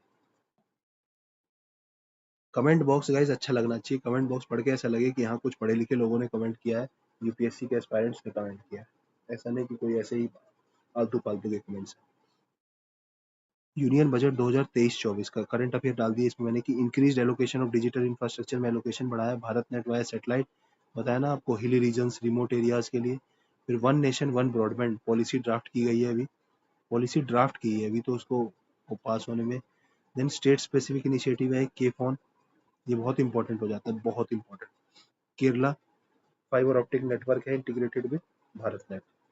के फोन पूछेगा क्या है, तो ये केरला स्टेट का भारत नेट प्रोजेक्ट है एक तरह से। अब समरी में 5G के बारे में देखो, बस समरी समझ लीजिए। 5G में क्या है, फास्ट है, लेटेंसी कम है, 2022 में लॉन्च किया था, ऑनगोइंग रोल आउट। ऑप्टिकल 5 में backbone of internet, large light based data transmission. Bharat net connect gram panchayat with fibre, PPP model. और फाइनली भारत नेट का जो फेज 3 है, फेज 3 उसमें क्या है, वाईफाई और satellite links for far remote areas, जहाँ पे फाइबर ले जाना बहुत टफ है। ये कुछ क्वेश्चंस हैं एल के ऊपर, देखिए 4G के ऊपर। एक एल मार्केटेड एज 4G और VoLTE is advance version of L, सही लग रहा है। Then L supports data transfer only, VoLTE data and voice. तभी तो देखो एल जब आया था तो हमें एक अलग से ऐप लेनी पड़ती थी वॉइस के लिए, फिर बाद में वॉइस इनेबल्ड फोन आने लगे। वोल्ट क्या है, data plus voice. L has poor call quality but VoLTE has better call quality because allows internet too during calls. तीनों सही है। ये गाइस इससे इंस्पायर्ड है, इंस्पायर्ड क्वेश्चन, मैंने इंस्पायर्ड लिखना भूल गया। इंस्पायर्ड है सारे क्वेश्चन क्यू से। देखो आईओटी, आईओटी के बारे में क्या है, is essentially network of internet connected devices that collect data. हाँ, इंटरनेट कनेक्टेड डिवाइसेस है, नेटवर्क कलेक्ट डेटा एक्सचेंज, सही है। क्या आईओटी का मतलब क्या है, देख गाइस, आपके घर में जो टीवी है, फिर फोन, देन आपके घर में गीजर है, देन और क्या है, टोस्टर है, और एग्जांपल मैं ऐसे ही ले रहा हूँ, और भी जो all are connected, interconnected, phone से सब कनेक्टेड हो जाएंगे, इंटरकनेक्टेड है सब आपस में इंटरनेट के through, through internet. Okay friends, फिर लाईफाई के बारे में पूछ रहे हैं। देखो लाईफाई, लाइट और फाई, वाईफाई होता है ना जैसे, तो ऐसी लाइट से, तो वाईफाई में लाइट को यूज करता है, लाइट यूज करता है फॉर इंटरनेट। ठीक है, ये वायरलेस टेक्नोलॉजी है। एक 5G पे क्वेश्चन है कि हाई फ्रिक्वेंसी पे काम करते हैं, सही। Real time application like robot surgeries perform की जा सकती है। इंडिया लॉन्च 5G इन 2022। अब देखो, इंडिया लॉन्च 5G 2000 नहीं, अक्टूबर 2022 में किया था, 2023 में नहीं। तो ये तीसरा गलत है। ठीक है, कह रहा है which of the following statements are correct. कह रहा है 5G uses low medium high bands, only high. अच्छा देखो, ओनली, ये गलत हो गया, वन भी गलत हो गया, वन गलत करिए। देखो इसका आंसर बी होना चाहिए। ठीक है, अक्टूबर 2022 में लॉन्च किया था, लॉन्च इन 2022, तो 2023 तो गलत है, तो आंसर इसे क्या हो जाएगा, बी। फिर और भी कुछ क्वेश्चंस हैं भारत नेट प्रोजेक्ट्स के बारे में। क्या है, a project connects all gram panchayat, then Bharat net का implementation, optical fibre, satellite communication, micro. देखो सब लग रहा है इजी इजी, लेकिन एक कोएक्सल केबल्स, ये इलेक्ट्रिसिटी के लिए होगा गाइस, इलेक्ट्रिसिटी के लिए, जो underground underground under sea cable, Andaman को कनेक्ट करने के लिए ग्रिड से हमारे देश में। तो ये तीसरा गलत हो जाएगा, फोर्थ, तो आंसर हो जाएगा सी। देन फाइनली हम न्यूक्लियर टेक्नोलॉजी पे बात करेंगे। और देखो न्यूक्लियर टेक्नोलॉजी को भी ज़्यादा डिटेल में नहीं पढ़ना है आपको, बस क्या पढ़ना है इसमें, थ्री स्टेज न्यूक्लियर प्रोग्राम। देखो इंपॉर्टेंट बताऊंगा, एक ये पढ़ना है आपको फर्स्ट, देन थोरियम के बारे में पढ़ना है, थोरियम, देन करंट, करंट जो nuclear power generation, current nuclear power generation, इसको पढ़ना है। पावर जनरेशन इसमें प्लांट्स कौन कौन से हैं, बस, और एक सेफ्टी इश्यूज। इससे ज़्यादा क्या पढ़ोगे यार, इससे ज़्यादा पढ़ोगे तो फिर आप न्यूक्लियर साइंटिस्ट बन जाओगे। सो न्यूक्लियर एनर्जी, देखो गाइस अभी मैं इस बार का पेपर मैं खुद भी अटेम्प्ट दे रहा हूँ, तो मैं खुद भी बहुत सीरियस हूँ। मैं चाहता हूँ आप लोग भी मेरे साथ सीरियस रहें। ठीक है, इसलिए मैं ज़्यादा अभी वीडियोस बनाने में साउंड क्वालिटी और बाकी चीज़ों पे ध्यान नहीं दे रहा हूँ। इसके पीछे एक रीज़न है, वरना मैं भी कर सकता हूँ, लेकिन नहीं। ये फ्री की बात करेंगे, इससे पहले की वीडियोस में मैं करता था सब कुछ अच्छे से, but right now I am not editing anything, I will upload what ever I am recording. कोई एडिटिंग नहीं होगी, and you will get real time. मैं एक तरह से आपके साथ पढ़ रहा हूँ गाइस, आप मेरे साथ पढ़िए, पीवाईक्यू करिए, और कमेंट बॉक्स में क्वेश्चंस डालिए। एक अगर आप लोग रिक्वेस्ट करेंगे तो हम एक डिस्कशन फोरम भी बना लेंगे, जिसमें हम 100-150 लोग मिलकर आपस में डिस्कस कर सकते हैं, क्वेश्चन आंसर कर सकते हैं। और आप लोग, अगर आप लोग बहुत सीरियस हैं तो आप लोग मुझे पर्सनल मैसेज भी कर सकते हैं, वो टेलीग्राम पे आई विल रिप्लाई। और जो इंपॉर्टेंट ग्रुप्स होंगे, जो कुछ मेरे फ्रेंड्स के ग्रुप में, मैं आपको उसमें ऐड करवा दूंगा, तो उसमें भी आप लोग सीरियस एस्पायरेंट्स के साथ अटैच हो सकते हैं।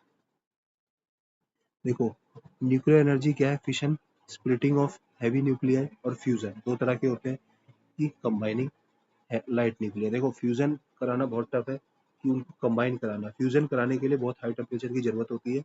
हम फ्यूजन कराने के लिए पहले फिशन कराना पड़ेगा। ठीक है, तो इंडिया क्या है, फिशन बेस्ड न्यूक्लियर रिएक्टर को यूज करता है, यूरेनियम और थ्योरियम को। देखो फ्यूजन के लिए, फॉर फ्यूजन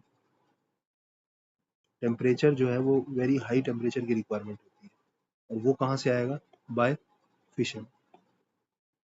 ठीक है, फिशन करा के पहले ये लाएंगे, और देन उसके बाद जब फ्यूजन होगा, देन वास्ट एनर्जी रिलीज होगी, वास्ट, फिशन से कई गुना ज्यादा। जो सन में है ना, सन में, ये सन में फ्यूजन ही होता है, सन, स्टार्स। तो इसलिए अभी हम फ्यूजन फ्यूजन को यूज नहीं करते, हम फिशन को ही यूज करते हैं पावर प्लांट्स में, कि उतनी एनर्जी भी नहीं चाहिए ना कि पूरा अर्थ ही बस्ट हो जाए। अब देखो न्यूक्लियर रिएक्टर्स के टाइप बता रहा है। पहला है प्रेशराइज्ड हैवी वाटर रिएक्टर, जो यूरेनियम 238 को यूज करता है। इसमें मॉडरेटर होता है एक, देखो इसमें क्या होते हैं, रिएक्टर में मॉडरेटर होता है, कूलेंट होता है। कूलेंट क्या चाहिए आपको? कूल भी तो करना है ना रिएक्टर को। अगर आप कूल नहीं करेंगे तो दिक्कत हो जाएगी, वो गर्म होता जाएगा और फट जाएगा। Most of the Indian reactors में अभी ये यूज हो रहा है। हमारा जो प्लान है वो हम उसको यूज करना चाहते हैं, थोरियम को, फास्ट ब्रीडर रिएक्टर। देखो इसके बाद क्या है, light weight reactor. Enriched uranium को यूज कर सकता है, लाइट वेट होता है। ठीक है। कूलेंट देखो, इसमें कूलेंट हैवी वाटर को यूज किया जा रहा है, मॉडरेटर भी हैवी वाटर।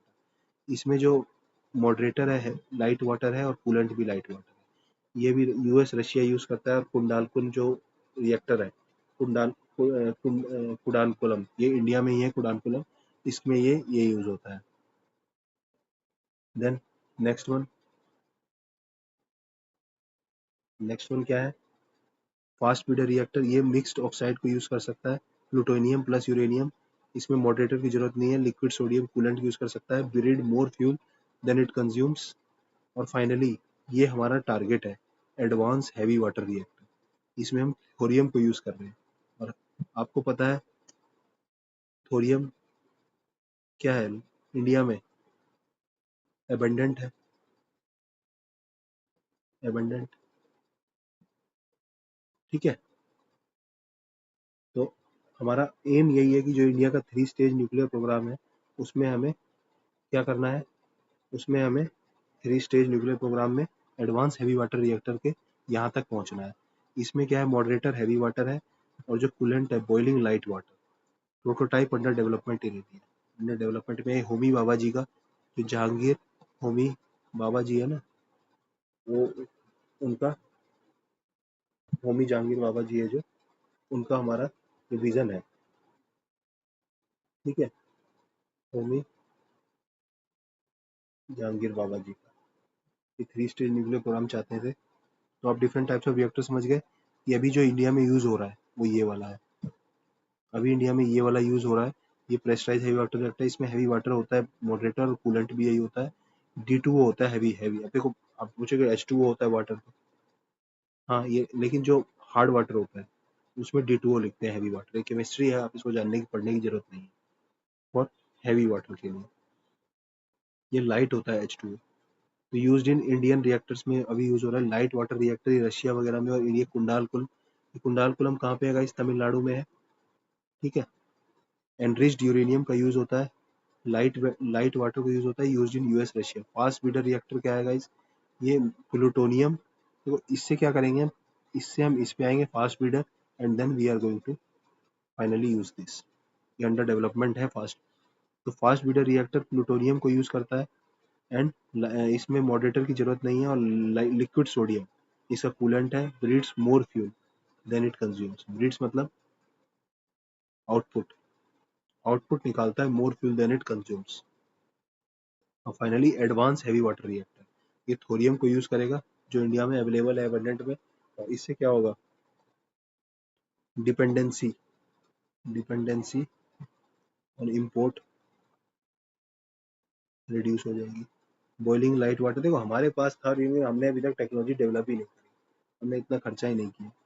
अब देखो, यही मैं बोल रहा था, इंडिया 3 स्टेज न्यूक्लियर प्रोग्राम में क्या है, पहले pressurise heavy water reactor natural uranium को यूज करेगा, आउटपुट प्लूटोनियम आएगा। Then fast breeder reactor plutonium को यूज करेगा और यूरेनियम इसका आउटपुट है। और एडवांस हैवी वाटर रिएक्टर ये थोरियम प्लस यूरेनियम 232 को यूज करेगा, और ये सस्टेनेबल थोरियम यूज, ये अंडर रिसर्च है। ठीक है, this one is under research. ठीक है, इसके बारे में डिटेल्स आपको सारी ऊपर मिल जाएंगी।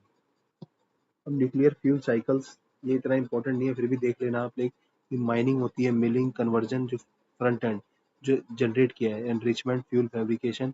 और जब बैक एंड में स्पेंट फ्यूल को रिप्रोसेस किया जाता है, वेस्ट डिस्पोजल। मतलब वही है कि सेफ्टी इंपॉर्टेंट है इसमें, बस याद रखना, safety is very important.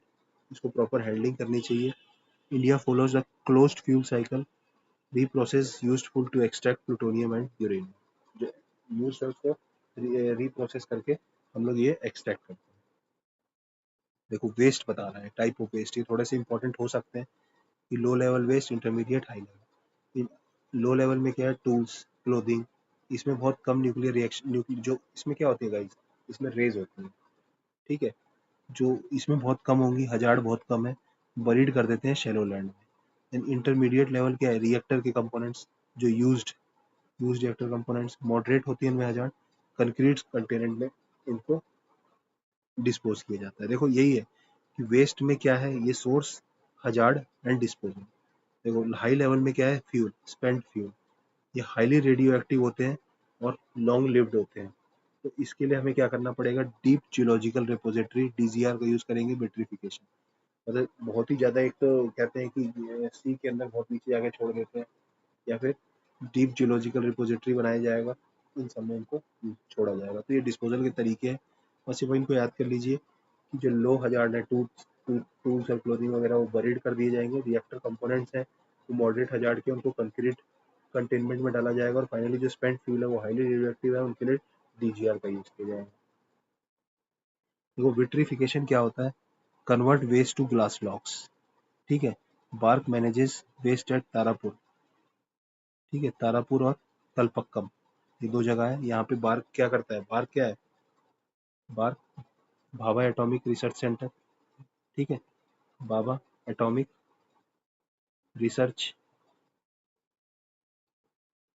Centre. ठीक है, और नो डीजीआर येट, ये जो है अभी नॉट यूज्ड येट। ठीक है, but site search is in progress, अभी हम ये डीजीआर के लिए हम साइट सर्च कर रहे हैं। तो ये बताया विट्रिफिकेशन कहाँ किया जाता है। ठीक है, और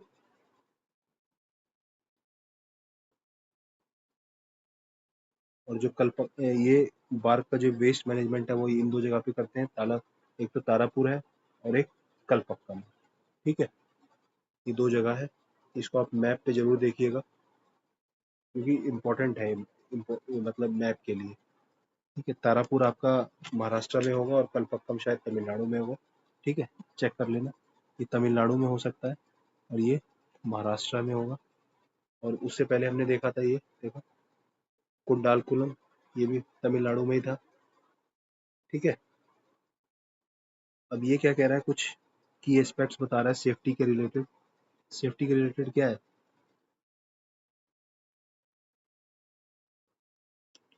कि पहले हमें रिएक्टर का डिजाइन प्रॉपर होना चाहिए, radiation shielding, lead concrete boron usage, emergency protocols, seismic activity, earthquake resistance, ये सब मतलब ये कुछ डिजाइन के की एस्पेक्ट्स हैं। रिएक्टर डिजाइन प्रॉपर होना चाहिए, रेडिएशन की जो शील्डिंग है वो कंक्रीट की हो, क्योंकि ये कंक्रीट क्या करते हैं, बाहर नहीं आने देते हैं, ये इम्परवियस होते हैं, इम्परवियस। ठीक है, बाहर नहीं आने देते हैं, बोरोन का यूज करते हैं, लेड का यूसेज करते हैं। इमरजेंसी प्रोटोकॉल्स क्या है, evacuation zones, iodine tablets, emergency हो गया, गैस लीक हो गई, न्यूक्लियर गैस रेडियो एक्टिव है, तो उसमें आप क्या करेंगे, इमरजेंसी में सेफ्टी प्रोविजन होने चाहिए। सिस्मिक सेफ्टी, अर्थक्वेक रेजिस्टेंस के लिए, क्योंकि जहाँ पे वो ब्लास्ट होता है तो सिस्मिक सेफ्टी होनी चाहिए। अर्थक्वेक रेजिस्टेंस, जो डिवाइस होता है उसमें जो नीचे क्या होता है, ट्रांसमिसिबिलिटी जो होगा, इससे जो वाइब्रेशन, वो ट्रांसमिशन वो मिनिमल होना चाहिए। ठीक है, यहाँ पे अगर ब्लास्ट हो रहा है तो इससे जो फोर्स है, फोर्स वो मिनिमल ट्रांसफर होना चाहिए, मिनिमल ट्रांसफर टू ग्राउंड। ठीक है, ये कुछ इंडिया के देखो, इंडिया में क्या है, एटॉमिक एनर्जी रेगुलेटरी बोर्ड है, भाई ये इंपॉर्टेंट हो सकता है यूपीएससी पॉइंट ऑफ व्यू से। ठीक है, कौन किसके अंडर है, कौन क्या करता है।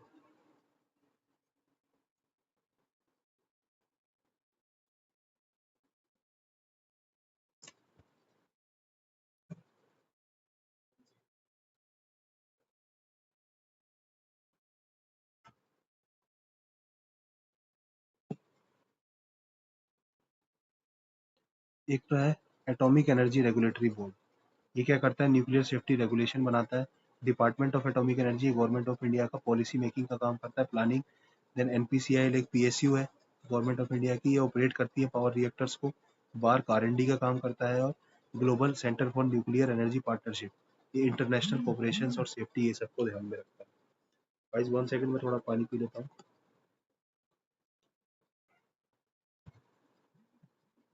तब तक आप इसको, इस इमेज को मैंने यहाँ पॉज कर दिया है, मतलब मैं स्क्रीन को मूव नहीं करूँगा, तो आप लोग देखिए ये सारे डिपार्टमेंट्स।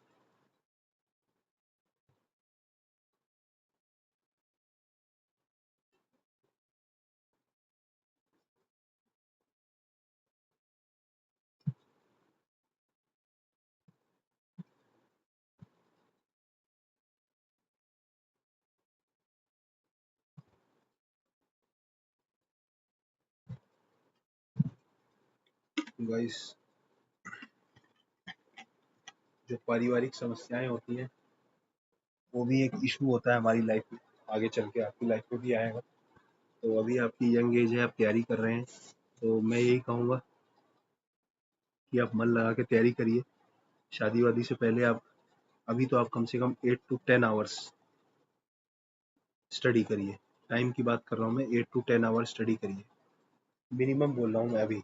और जो जॉब है, शादीशुदा लोग हैं, उनके लिए थोड़ा सा दिक्कत हो जाता है, ठीक है, क्योंकि जॉब वालों के पास टाइम नहीं होता, फैमिली टाइम देना भी ज़रूरी होता है, तो इसलिए तैयारी में थोड़ा सा दिक्कत होती है आगे चल के। तो इसलिए मैं कहूँगा जब तक आप यंग एज में हैं, आप निपटा दीजिए, जितना ज़्यादा से ज़्यादा कर सकते हैं, सिलेक्शन ले लीजिए, और देन फोकस फर्दर फैमिली वैमिली के बारे में। ठीक है guys.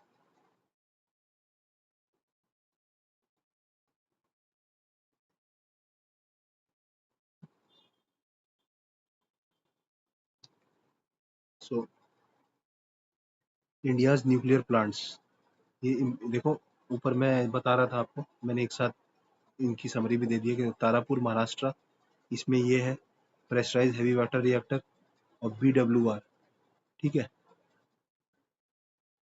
Pressurise heavy water reactor ही याद करिए आप,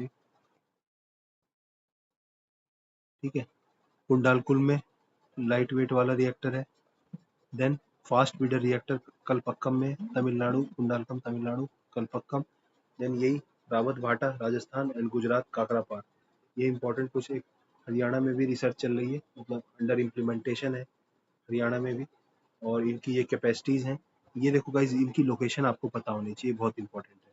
और ये भी रिएक्टर टाइप आप देख लीजिएगा, ठीक है, रिएक्टर टाइप ये बहुत इंपॉर्टेंट होता है।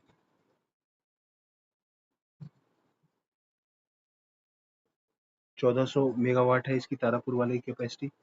कुंडालकुम की सबसे ज्यादा देखो 2000, रशिया ने असिस्ट किया था। कलपक्कम तक देखो, तमिलनाडु में दो हो गए, कुंडालकुलम, कुंडानकुलम एंड कलपक्कम, ये फास्ट ब्रीडर रिएक्टर था। उसके बाद ये 500 मेगावाट कैपेसिटी अंडर ट्रायल है अभी, रावत भाटा राजस्थान में है, ये भी प्रेशराइज हैवी वाटर रिएक्टर है, यही मोस्टली यूज होता है इंडिया में। और pressurise heavy water reactor 700 megawatt operational है, ठीक है। और करंट अफेयर है गाइस इससे रिलेटेड ही, कुंडालकुम की जो यूनिट 3 है वो हॉट टेस्टिंग कंप्लीट हो गई है। यूनिट 3 आपको पता है ना, ये वाला, ये अंडर ट्रायल है। उसके बाद India first indigenous 70 megawatt pressurised heavy water reactor Kakrapar went fully online in 2023। Kakrapar में India first indigenous 700 megawatt pressurised heavy water reactor at Kakrapar went fully online in 2023। ये जो रिएक्टर्स थे, आपने देखे थे ना, रिएक्टर्स में आप कंफ्यूज नहीं होना। देखो, प्रेशराइज हैवी वाटर रिएक्टर है कि ये एक लाइट वेट रिएक्टर है, लाइट वाटर, तो डब्ल्यू से वाटर आता है, water water. Then fast breeder reactor, and then advance heavy water reactor, ये तो अभी रिसर्च स्टेज में है, रिसर्च स्टेज, ठीक है। ये मोस्टली यूज होते हैं, देखो mostly in Indian state. Light एक एडवांस वर्जन है, लाइटर वाटर को यूज कर सकता है यूएस रशिया में। और कुंडालकुना है एक इसको यूज करने वाला। और फास्ट ब्रीडर रिएक्टर में फ्यूल ज्यादा निकलता है, breeds more fuel then consumes, ठीक है। तो न्यूज में वही है, कुंडालकुम न्यूज में था, कुंडालकुम कहाँ है, तमिलनाडु में। हॉट टेस्टिंग कंप्लीट कर लिया इसने, India first 700 megawatt indigenous, important है ये तो। ये काकरापार पूछ सकता है कहाँ पर है काकरापार, ठीक है, काकरापार कहाँ पे है, गुजरात में है। देन का, कालपक्कम प्रेशराइज्ड, कालपक्कम में PFBR, ठीक है। इसमें क्या है, नियरिंग कमर्शियल ऑपरेशन, और ये स्टेज 2 में है।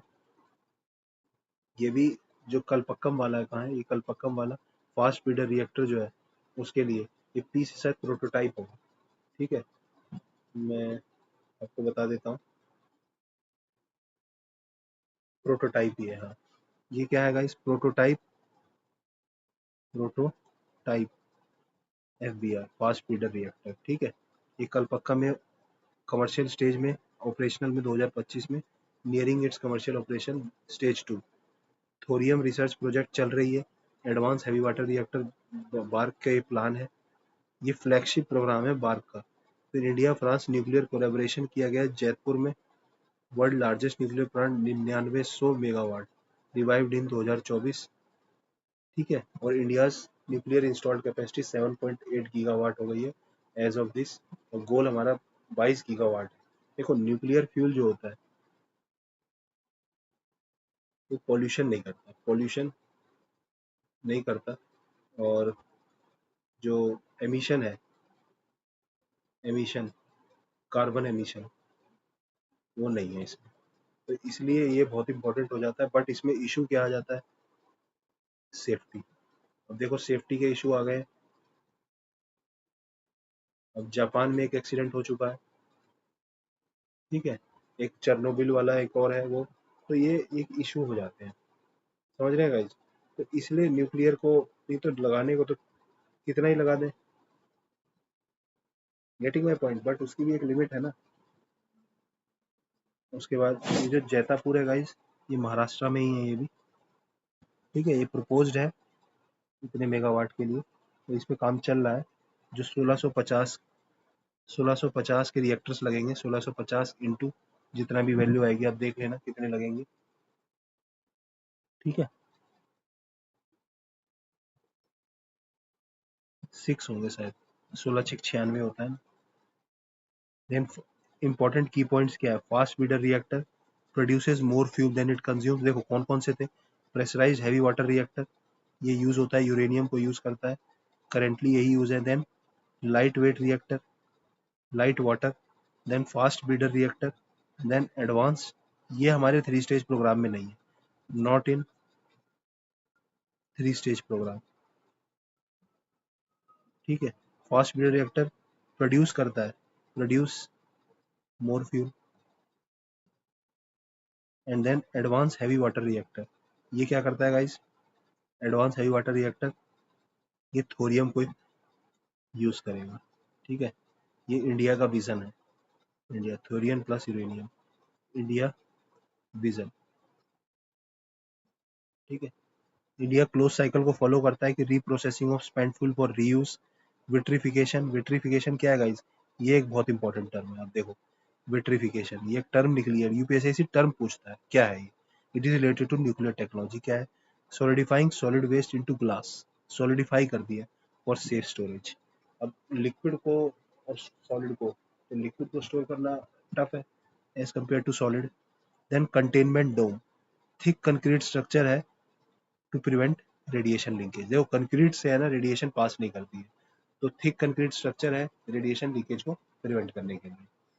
तो गाइज हमने न्यूक्लियर को तो बहुत डिटेल में कर लिया, मुझे लगता है न्यूक्लियर को एक बार जल्दी से रिवाइज करना चाहते हैं तो कर देते हैं। देखो न्यूक्लियर टेक्नोलॉजी वही है कि फिशन बेस्ड यूज होता है, फ्यूजन यूज नहीं होता हमारे यहाँ भी कहीं भी, मेनली फिशन यूज होता है जिसमें हम स्प्लिट करते हैं। इसमें प्रेशराइज हैवी वाटर रिएक्टर है, pressurise heavy water reactor, pen ले लेते हैं, कोई सा ब्लैक ले लेते हैं। एक प्रेशराइज हैवी वाटर रिएक्टर है, देन लाइट वेट रिएक्टर है। प्रेशराइज अभी इंडिया में यूज होता है, हैवी वाटर को यूज कर सकता है। लाइट वाटर नाम से ही लाइट वाटर है, तो लाइट वाटर कूलेंट को यूज कर सकता है। ये यूएस, रशिया और कुंडालकुम में है। देन फास्ट ब्रीडर रिएक्टर, ये प्लूटोनियम और थ्योरियम को मिक्स करता है, एमओएक्स मिक्स्ड ऑक्साइड, इसमें लिक्विड सोडियम यूज किया जाता है, कॉलम में ब्रीड्स मोर फ्यूल, इसका ये इंपॉर्टेंट है, ब्रीड्स मोर फ्यूल। और advance high water reactor, thorium को यूज करना है, ये इंडिया का 3 स्टेज न्यूक्लियर प्रोग्राम है। Pressurise high water reactor, fast breeder, and then finally advance. जो फ्रंट एंड होते हैं, बैक एंड, दो तरह की न्यूक्लियर की फ्यूल साइकिल होती है। फ्रंट एंड में क्या किया जाता है, ये एनरिचमेंट किया जाता है फ्यूल का, और बैक एंड में रिप्रोसेसिंग, जो वेस्ट डिस्पोजल करना है उसके लिए। इंडिया क्लोज साइकिल फॉलो करता है कि रिप्रोसेस करता है यूज फ्यूल को, जो फॉर रीयूज, रीयूज करने के लिए। देन 3 लेवल ऑफ वेस्ट होते हैं, low level, high level, intermediate level, high level. इसके लिए बहुत नॉर्मल शैलो लेवल में बरी करेंगे, इसके लिए कंक्रीट चाहिए। इंटरमीडिएट लेवल, इसमें क्या आते हैं इंटरमीडिएट में, रिएक्टर्स, कंपोनेंट्स, ये सब आते हैं। और फाइनली स्पेंट फ्यूल, इसमें विट्रिफिकेशन किया जाता है। विट्रिफिकेशन क्या करते हैं, सॉलिडिफाई किया जाता है, सॉलिडिफाई इन ग्लास और डीप्स जियोलॉजिकल रिपोजिटरी, कोई रिपोजिटरी बनाई जाएगी बहुत जियोलॉजिकल, वो अभी सर्च में है, not yet, not DGR yet, because site is in search. BARC यहाँ पे वेस्ट को रिप्रोसेस करता है, तारापुर महाराष्ट्र, कलपक्कम तमिलनाडु में है। Vitrification convert weight into glass, waste into glass. Then ये सेफ्टी के कुछ है डिजाइन वगैरह, इमरजेंसी प्रोटोकॉल्स ये सब होने चाहिए, सिस्मिक ट्रांसफर नहीं होना चाहिए वाइब्रेशन ग्राउंड में। यानी ये इंपॉर्टेंट ऑर्गेनाइजेशन है जिसमें आप देखो, एक बार्क इंपॉर्टेंट है, एनपीसीएल इंपॉर्टेंट है, ये तीनों इंपॉर्टेंट है। डिपार्टमेंट ऑफ एटॉमिक एनर्जी है पॉलिसी और प्लानिंग में। आप मुझे कमेंट में बताइएगा गाइज, जो डिपार्टमेंट ऑफ एटॉमिक एनर्जी है ये किसके अंडर है, ठीक है। मैं आपको नहीं बताऊंगा कि ये मिनिस्ट्री के अंडर है या कुछ, और उससे फिर आइडिया लग जाएगा आपको। ये बताइएगा मुझे किसके अंडर है, कमेंट करिएगा, ठीक है। मैं कमेंट रीड करूंगा और जो कमेंट होगा मैं उसको हार्ट दे दूंगा। Then NPCIL, nuclear power corporation of India limited, PSU है, पावर रिएक्टर्स को ऑपरेट करती है। और बार्क जो है फ्यूल रिप्रोसेसिंग का काम करता है और आर&डी करता है। और ये है इंटरनेशनल कॉपरेशन के लिए ग्लोबल सेंटर है। देन कुछ सेफगार्ड्स हैं, ये आप देख लेना, इतना इंपॉर्टेंट नहीं है। कि जो IAEA Indian atomic energy international atomic energy agency safeguards है। India follows India US civil nuclear deal 2008। और India is not a member of NSG. देखो एनएसजी इंपॉर्टेंट है, ये इंटरनेशनल रिलेशन में पढ़ेंगे हम। सीटीबीटी, ये सारी जो है ना, ये आईआर में पढ़ेंगे, ठीक है। सीटीबीटी, इंडिया इंडिया किसी के सिग्नेटरी नहीं है, इंडिया एनएसजी का भी सिग्नेटरी नहीं है। फिर क्योंकि इसमें क्या हो जाएगा, इनके सिग्नेटरी होने के बाद इंडिया अपना न्यूक्लियर प्रोग्राम नहीं रख सकता, इंडिया अपना न्यूक्लियर बॉम्ब नहीं बना सकता है। So India is not a signatory, but India follow करता है, इंडिया खुद की पॉलिसी है, no first use doctrine, will not use first, ठीक है। और इनसेक, India platform for nuclear emergency response एक प्लेटफॉर्म है। देन इंडिया के important nuclear plant, Tarapur Maharashtra, Kudankulam Tamil Nadu में, कलपक्कम तमिलनाडु में ही है, रावत भाटा राजस्थान। देखो दो हैं, तारापुर और रावत भाटा, ये प्रेशराइज्ड हैवी वाटर रिएक्टर को यूज करते हैं, ठीक है। और काकरापर गुजरात में, ये भी pressurised heavy water indigenously with 700 megawatt, ठीक है। और ये कुछ कुंडालकुम यूनिट 3 है जो हॉट टेस्टिंग हुई है, फर्स्ट है काकरापर वाला। और जो pressurised fast breeder reactor Kalpakkam, ये कमर्शियली होने वाला है, थोरियम रिसर्च चल रही है। इंडिया फ्रांस ने जो जैतापुर न्यूक्लियर में 1650 की 6 रिएक्टर लगाने के लिए कोलेबोरेशन किया है। और इंडिया अपनी जो 22 गीगावाट 2031 तक एम कर रहा है, करंटली 7.8 गीगावाट इंडिया की न्यूक्लियर कैपेसिटी है। उसके बाद fast breeder reactor, important words, fast breeder reactor है कि produce more fuel, advance use thorium, close fuel cycle, reprocess, vitrification, कन्वर्टिफाई, सॉलिड में कन्वर्ट करना है, कंटेनमेंट ऑफ स्ट्रक्चर, ठीक है। कंक्रीट का स्ट्रक्चर बनाना है, क्योंकि कंक्रीट क्या करती है, रेडिएशन को ब्लॉक करती है, रेडिएशन ब्लॉकेज का काम करती है, ठीक है। तो हम यही खत्म करते हैं। हमने डिटेल में 4 टॉपिक कर लिए। अगलो आपको साइंस टेक का इंपॉर्टेंट पार्ट खत्म हो गया है, वैक्सीन्स खत्म हो गई, बहुत इंपॉर्टेंट है। इसमें थोड़ा सा जेनेटिक का रह गया है, जीन्स वगैरह के बारे में, ये हम नेक्स्ट में करेंगे, नेक्स्ट पार्ट में, ठीक है। देन इसरो मिशन हमने कर लिए, साइंस टेक कर लिया हमने। इस देखो, ये स्पेस टेक हो गया, ये बायोटेक हो गया, देन ये आईसीटी वाला पार्ट हो गया, information, and finally nuclear tech. अब हमारा क्या रह गया है इसमें, बायोटेक में थोड़ा पार्ट रह गया है, थोड़ा हमारा नैनो रह गया है, नैनो, ठीक है, इस नैनो पार्ट रह गया है, तो इसको हम कर लेंगे। और एक मेरी, मैं एक बहुत छोटी सी साइंस टेक की वीडियो भी अलग से बनाऊंगा, कंप्लीट साइंस टेक, जिसमें एक बार में कंप्लीट साइंस टेक पढ़ा दूंगा। मेरे खुद के नोट्स भी हैं साइंस टेक के, वो मैं शेयर कर दूंगा अपने टेलीग्राम चैनल पे। आप प्रेफिनिटी के टेलीग्राम चैनल पे ज्वाइन कर लीजिए, और आपको लिंक मेरे यूट्यूब चैनल पे मिल जाएगा और डिस्क्रिप्शन बॉक्स में मिल जाएगा, ठीक है गाइस। सो यहीं पे एंड करते हैं, thank you. And I hope कि आप सबका प्री क्लियर हो, और I pray for you guys, and finally I want to say God bless you, okay, thank you.